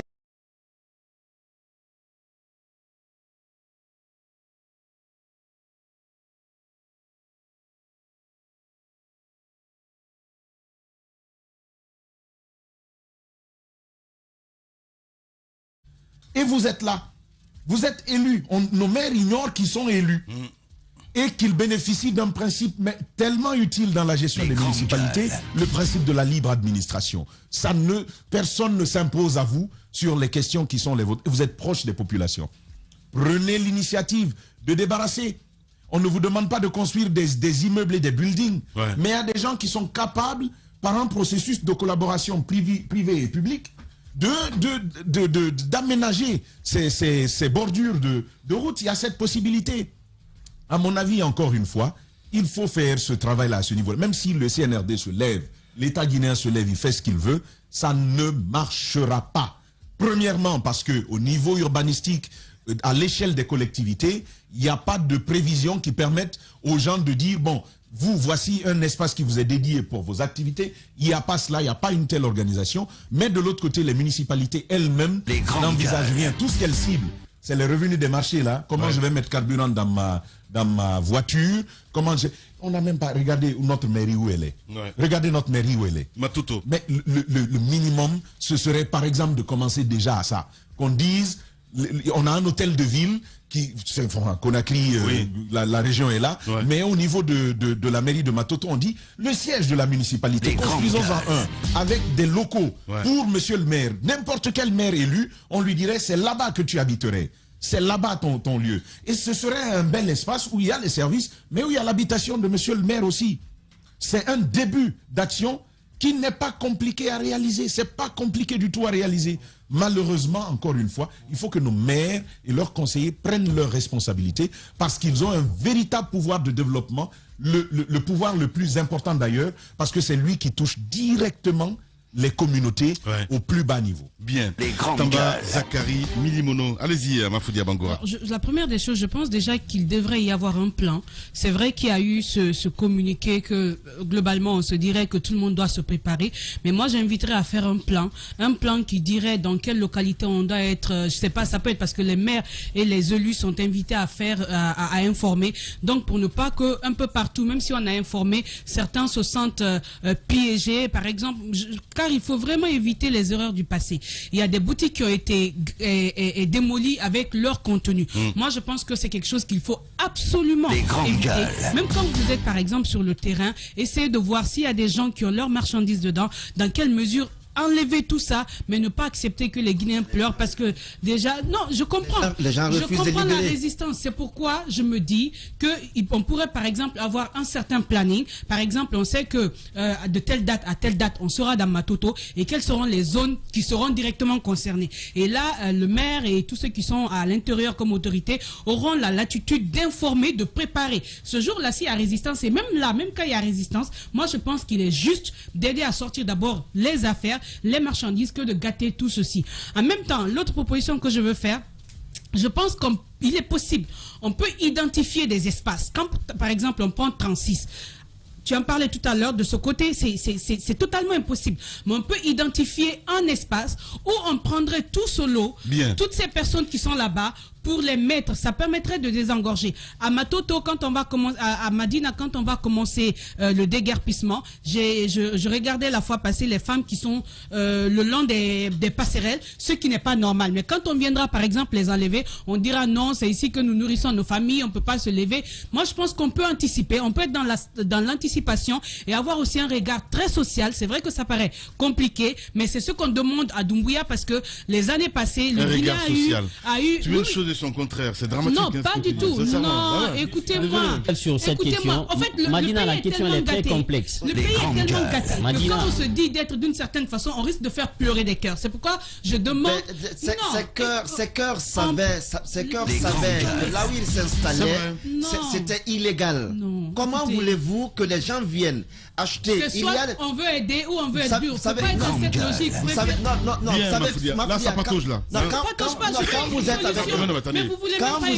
Quand vous êtes avec des vendeuses, vous minimisez le problème. C'est qu'il y a des immeubles aujourd'hui qui sont construits sur ces endroits qui savaient quand même qu'ils construisaient sur des endroits qui ne leur appartenaient pas. Si tu m'écoutais, tu comprendrais. On est tous d'accord aujourd'hui que Conakry est laide. Il y a besoin de prendre des décisions drastiques. Mais en même temps, ces décisions-là, c'est pour et contre des Guinéens. Maintenant, parallèlement, qu'est-ce qu'on peut faire pour ne pas qu'il y ait trop de pleurs? C'est dans ce sens, je dis, qu'on peut anticiper, qu'on peut trouver des espaces pour relocaliser. Et en même temps, la dernière proposition, c'est par exemple de commencer à veiller sur la construction des immeubles le long des routes. Parce qu'aujourd'hui, les gens construisent des immeubles avec de petites boutiques qui, par le temps, deviennent des endroits assez fréquentés et après, la route n'est plus la route. Elle devient, je sais pas, un petit marché. Donc, il y a ce petit regard qu'on doit se permettre de faire. Il ne faudrait pas, en tout cas, qu'on commette les erreurs du passé. C'est ce que je demande à l'équipe de Doumbouya. Voilà, allez, à venir avec notre invité, Elhaj Mohamed Djouma, qui va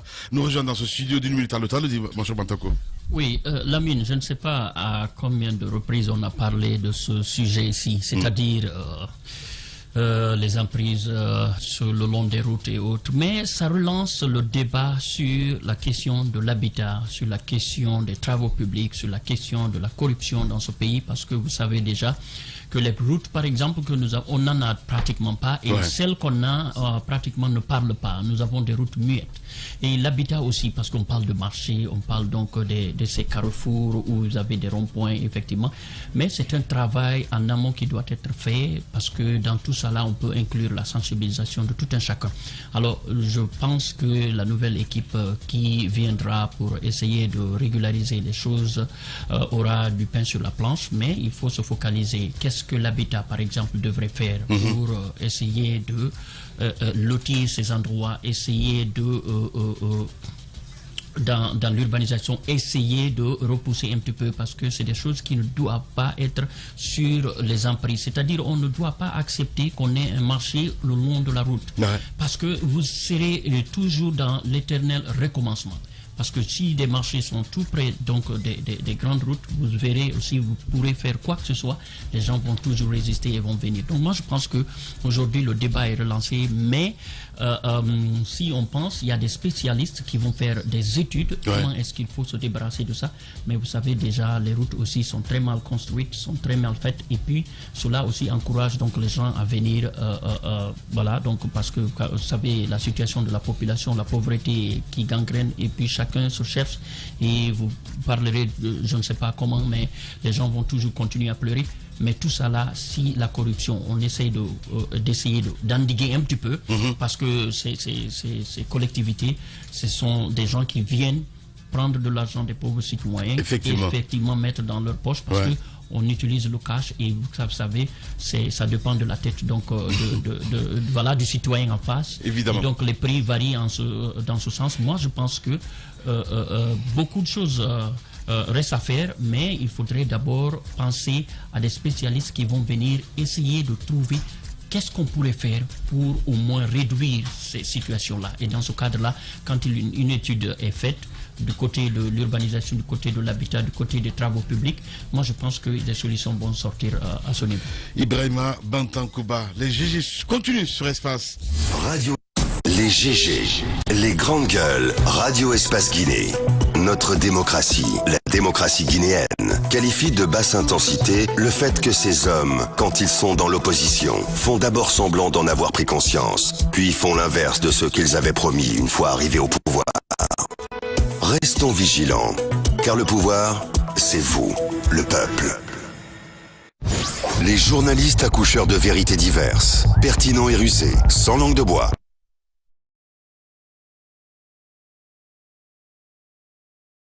Venons-en à cet autre sujet, je le disais tantôt, la rentrée académique, c'est pour le 1er novembre prochain.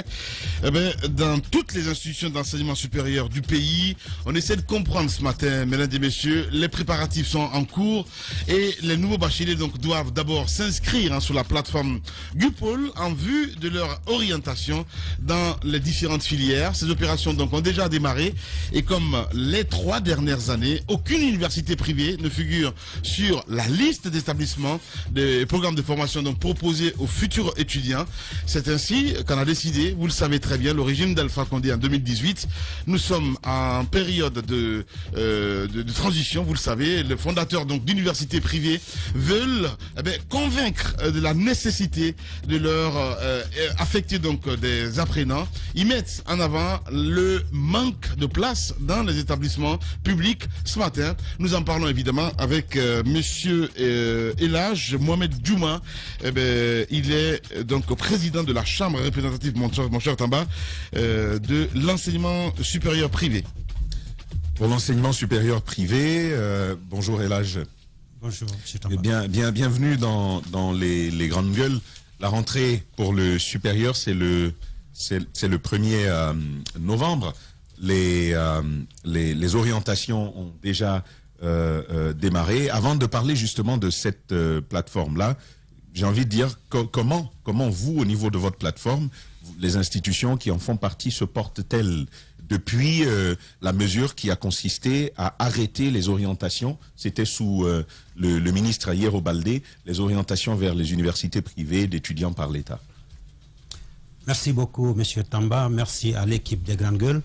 Je voudrais faire une petite rectification de l'introduction de Lamine. Je ne suis pas le président, je suis membre de la CRESIP. Et c'est Madame Barry Oudia qui est la présidente de la CRESIP actuellement. Je suis donc fondateur d'université, membre de la Chambre représentative de l'enseignement supérieur privé. Revenant à votre question, comment on se porte, nous sommes encore là. Et malgré tout ce qui a été dit, malgré tout ce qui a été fait, pour anéantir les investissements dans le secteur de l'enseignement supérieur privé. Nous sommes encore là, comme je le disais, parce que ce qui fait mal, ce n'est pas le fait de ne pas orienter les étudiants dans le privé qui fait mal. C'est le fait d'orienter systématiquement l'ensemble des étudiants qui sont admis au bac dans les institutions d'enseignement public. En quoi c'est un problème?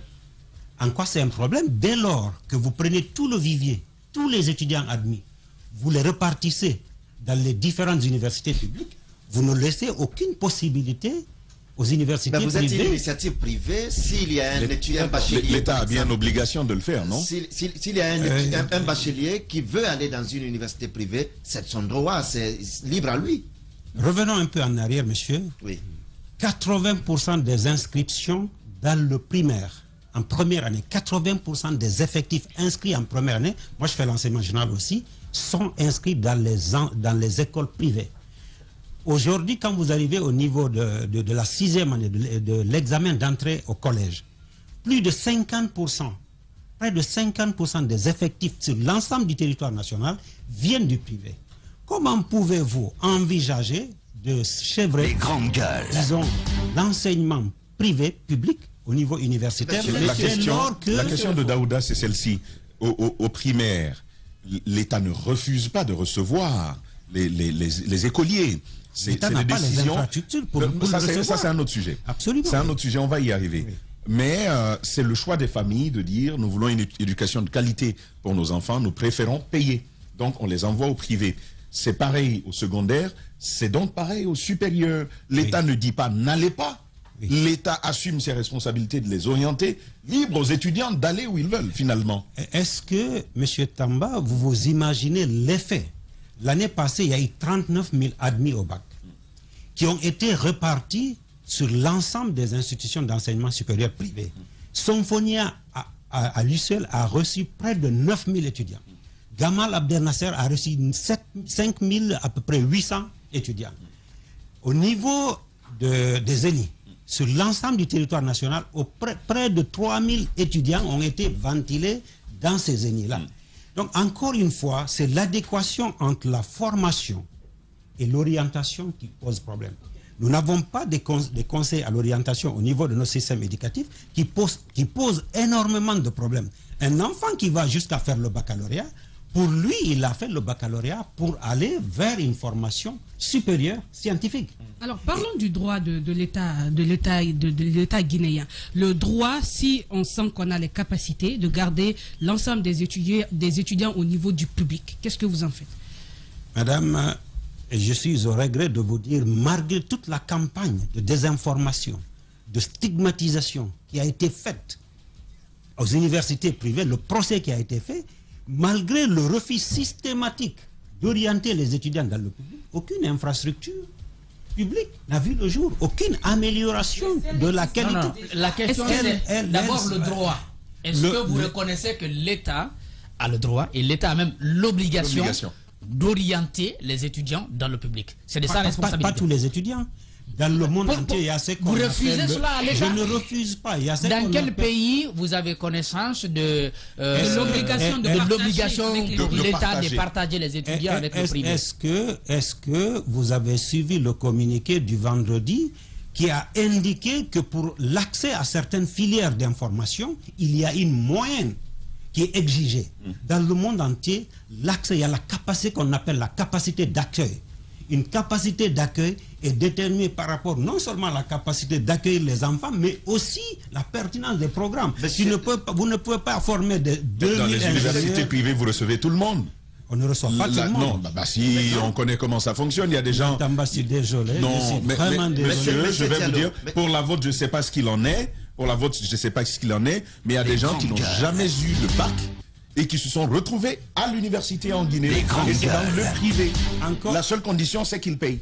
Encore une fois, je suis désolé de dire que je ne suis pas d'accord avec vous. C'est une réalité. Je suis désolé, Madame Foudia, de vous dire que quand le gouvernement avait décidé de faire une collaboration, de faire un partenariat avec les universités privées, il a été conclu un partenariat basé sur l'orientation des étudiants dans le privé en fonction, disons, d'une liste.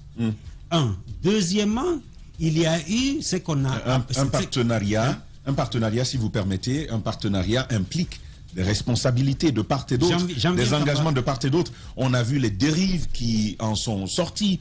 Le gonflement des effectifs entre la réalité et ce qui est sur le papier. On sait bien qu'il y avait un total décalage. Les chiffres ont été révélés ici. Tamba, je vais revenir. J'étais dans cette émission, mais avant de venir à ta question, permets-moi de dire d'abord ceci. L'État a procédé à ce qu'on a appelé l'évaluation des universités privées. Ça, c'était sous le régime du fait général Lansana Conté. L'évaluation des universités était basée sur la gouvernance, l'infrastructure, les équipements, les programmes, la pertinence, etc. À l'issue de cette évaluation, il a été porté à la connaissance du public que la qualité de la formation, les infrastructures sont là et la gouvernance universitaire, elle était suffisamment aux normes et aux standards internationaux. En quelle année ça? L'évaluation des universités? Oui, en quelle année? C'était en 2018. Non, mais normalement, c'est un exercice annuel. Normalement, ça devrait l'être. Aujourd'hui, je dois préciser. J'ai enseigné dans une université privée, là. Et tu as enseigné des étudiants qui c'est une université de... Alors, monsieur le fondateur, moi j'ai une question sur les raisons qui ont amené l'État à prendre cette décision. On sait que c'est depuis 2006. Ils ont décidé d'orienter dans les universités privées. Oui, le partenariat a commencé en 2006. Oui. Bien avant cela, l'État, les jeunes continuent à aller dans le public. Donc ça veut dire qu'après, c'est possible aussi que les jeunes continuent à aller dans le public, même si le projet d'extension et de rénovation des universités publiques reste encore sur table. Je suis d'accord avec vous sur la question. Mais si vous regardez un peu le recensement des étudiants et des enseignants, sur 110 000 personnes recensées, 33 000 sont des cas fictifs. Ce qui est trop pour l'État. 33 000 33 000, les chiffres qui ont été sortis. Non, attendez, vous savez... J'étais quand même des résultats des audits. Non, j'étais dans cette émission, j'ai été confronté à M. Camara, qui est chargé de la communication du ministère de l'Enseignement supérieur. On a confronté dans cette émission, chiffre contre chiffre. Le nombre de fictifs qui étaient dans le public était nettement supérieur aux fictifs qui ont été portés sur les universités privées. Deuxièmement, mais il y en avait quand même. Attendez, laissez-moi vous expliquer. On a que 5 minutes, les gars. Laissez-moi vous expliquer ceci. Quand on a dit des effectifs annoncés, dans chaque contrat, toutes les universités avaient un contrat bien précis. Le contrat disait, je te donne le nombre d'étudiants dans les formations et dans les filières. Si après, on donne le nombre d'étudiants, on mentionne les filières pour lesquelles les étudiants sont là et le contrat est établi. Je dois préciser une chose. Quand nous faisions ces contrats avec l'État, le contrat n'était pas révisable. C'était des contrats fermés pour un cycle de formation. Pour la licence fondamentale, c'était pour 3 ans et pour la licence expérimentale, c'était pour 4 ans. Qui fait que vous avez parfois un étudiant qui rentre en première année, qui fait la première et la deuxième, et qui s'inscrit pour le campus France, etc. Par finir, il obtient son admission, il est parti, vous ne révisez pas. De l'autre côté, quand on a posé ce problème au niveau du ministre, qu'est-ce qu'il a été dit? Moyennant ce que vous perdez sur, disons, l'augmentation des tarifs de formation, vous avez aussi quelques étudiants qui ne sont plus là, mais pour lesquels vous êtes payés. Donc ça, c'est des trucs qui existaient. Mais le nombre qui a été retrouvé dans les universités privées était largement en dessous de ce qui a été... Peut-être aujourd'hui, avec cette décision de ne plus orienter là-bas, ça a des conséquences quand même pour vous. Certes, vous allez fermer. Beaucoup ont fermé. Vous allez fermer, ça c'est sûr, vous allez fermer parce que l'État... Oui. Juste une question. Il y a déjà une question que tu avais posée en amont, c'est-à-dire puisqu'il y avait un contrat avec l'État pour orienter certains étudiants vers les universités privées. D'abord, qu'est-ce qui a prévalu? Pourquoi l'État a cessé donc d'honorer ses engagements? Et secondo, qu'est-ce que vous avez fait depuis cela pour faire face à l'État pour que la situation change? Est-ce qu'aujourd'hui on peut penser à la revue, donc parce que aussi les frais d'inscription au niveau des universités privées, vous le savez déjà avec le problème de la situation des populations guinéennes, est-ce qu'il y a déjà quelque chose qui est fait dans ce sens-là pour essayer d'alléger? Et terminons avec cette campagne d'inscription. La rentrée, c'est pour bientôt. C'est quoi votre message finalement? Est-ce que vous espérez... Voilà. Pourquoi l'État a rompu? Encore une fois, l'État est libre d'envoyer les étudiants au privé, tout comme ils peuvent ne pas envoyer. Ça, c'est un fait. Oui. Ce que nous reprochons à l'État, c'est le fait d'orienter systématiquement sans tenir compte des capacités d'accueil de nos infrastructures. Ça, si nous voulons vraiment former des élèves conscients, des élèves, disons, au niveau des normes internationales, il faut accepter que l'effectif doit être géré de façon efficace. Des étudiants étaient orientés dans le privé et on a arrêté de le faire. Pourquoi? Vous savez, dans notre pays... Qu'est-ce qu'on vous a dit? Dans notre pays, attendez, dans notre pays, vous êtes dans le privé. Lamine, vous êtes dans le privé. Nous sommes dans le privé. Dans notre pays, il y a des gens qui ont parlé dans cette antenne, qui vont complètement anéantir les universités privées. Ça a été dit ici. J'ai mémoire. Car il y a des gens qui n'ont jamais voulu investir dans ce pays pour aider les populations guinéennes, qui sont jaloux. Ils sont jaloux des investissements des autres. Quand ils vous voient investir dans un secteur et le réussir, on essaie de te lancer tellement d'amalgame. Qu'est-ce que l'État vous a dit? Pourquoi l'État ne voudrait plus orienter donc les étudiants dans le privé? On n'a jamais reçu cette réponse. Ça n'a jamais par ailleurs été dit dans notre studio par un individu qu'il allait éteindre les universités, privées. Il a dit dans un rapport, et on parle de professeur Bano, dans un rapport adressé d'abord au ministre, mais ensuite au chef de l'État, il dit procédons, c'était même une suggestion, après tout le rapport, il a dit procéder à une extinction progressive. Et on lui a dit extinction. Est-ce que c'est pas très violent? Finalement, professeur Banou, face à Ousmane Kaba, vous vous souvenez de ces débats ici, les chiffres ont été présentés, on en a tiré nos conclusions. La question aujourd'hui, on est sur les enregistrements. C'est quoi le message? Vous attendez quoi? Sans l'État, vous ne vivrez pas? Les universités privées ailleurs font appel à des étrangers. Pourquoi cette partie? Nous sommes en train de faire ce que nous devons faire. Bien. Nous sommes en train de qualifier nos infrastructures, nous sommes en train de qualifier notre personnel, nous sommes en train de travailler sur des programmes innovants, nous sommes en train de faire de la publicité pour attirer les étudiants qui aimeraient s'inscrire dans nos universités pour suivre une formation de qualité. Merci beaucoup en tout cas d'être passé ce matin chez nous.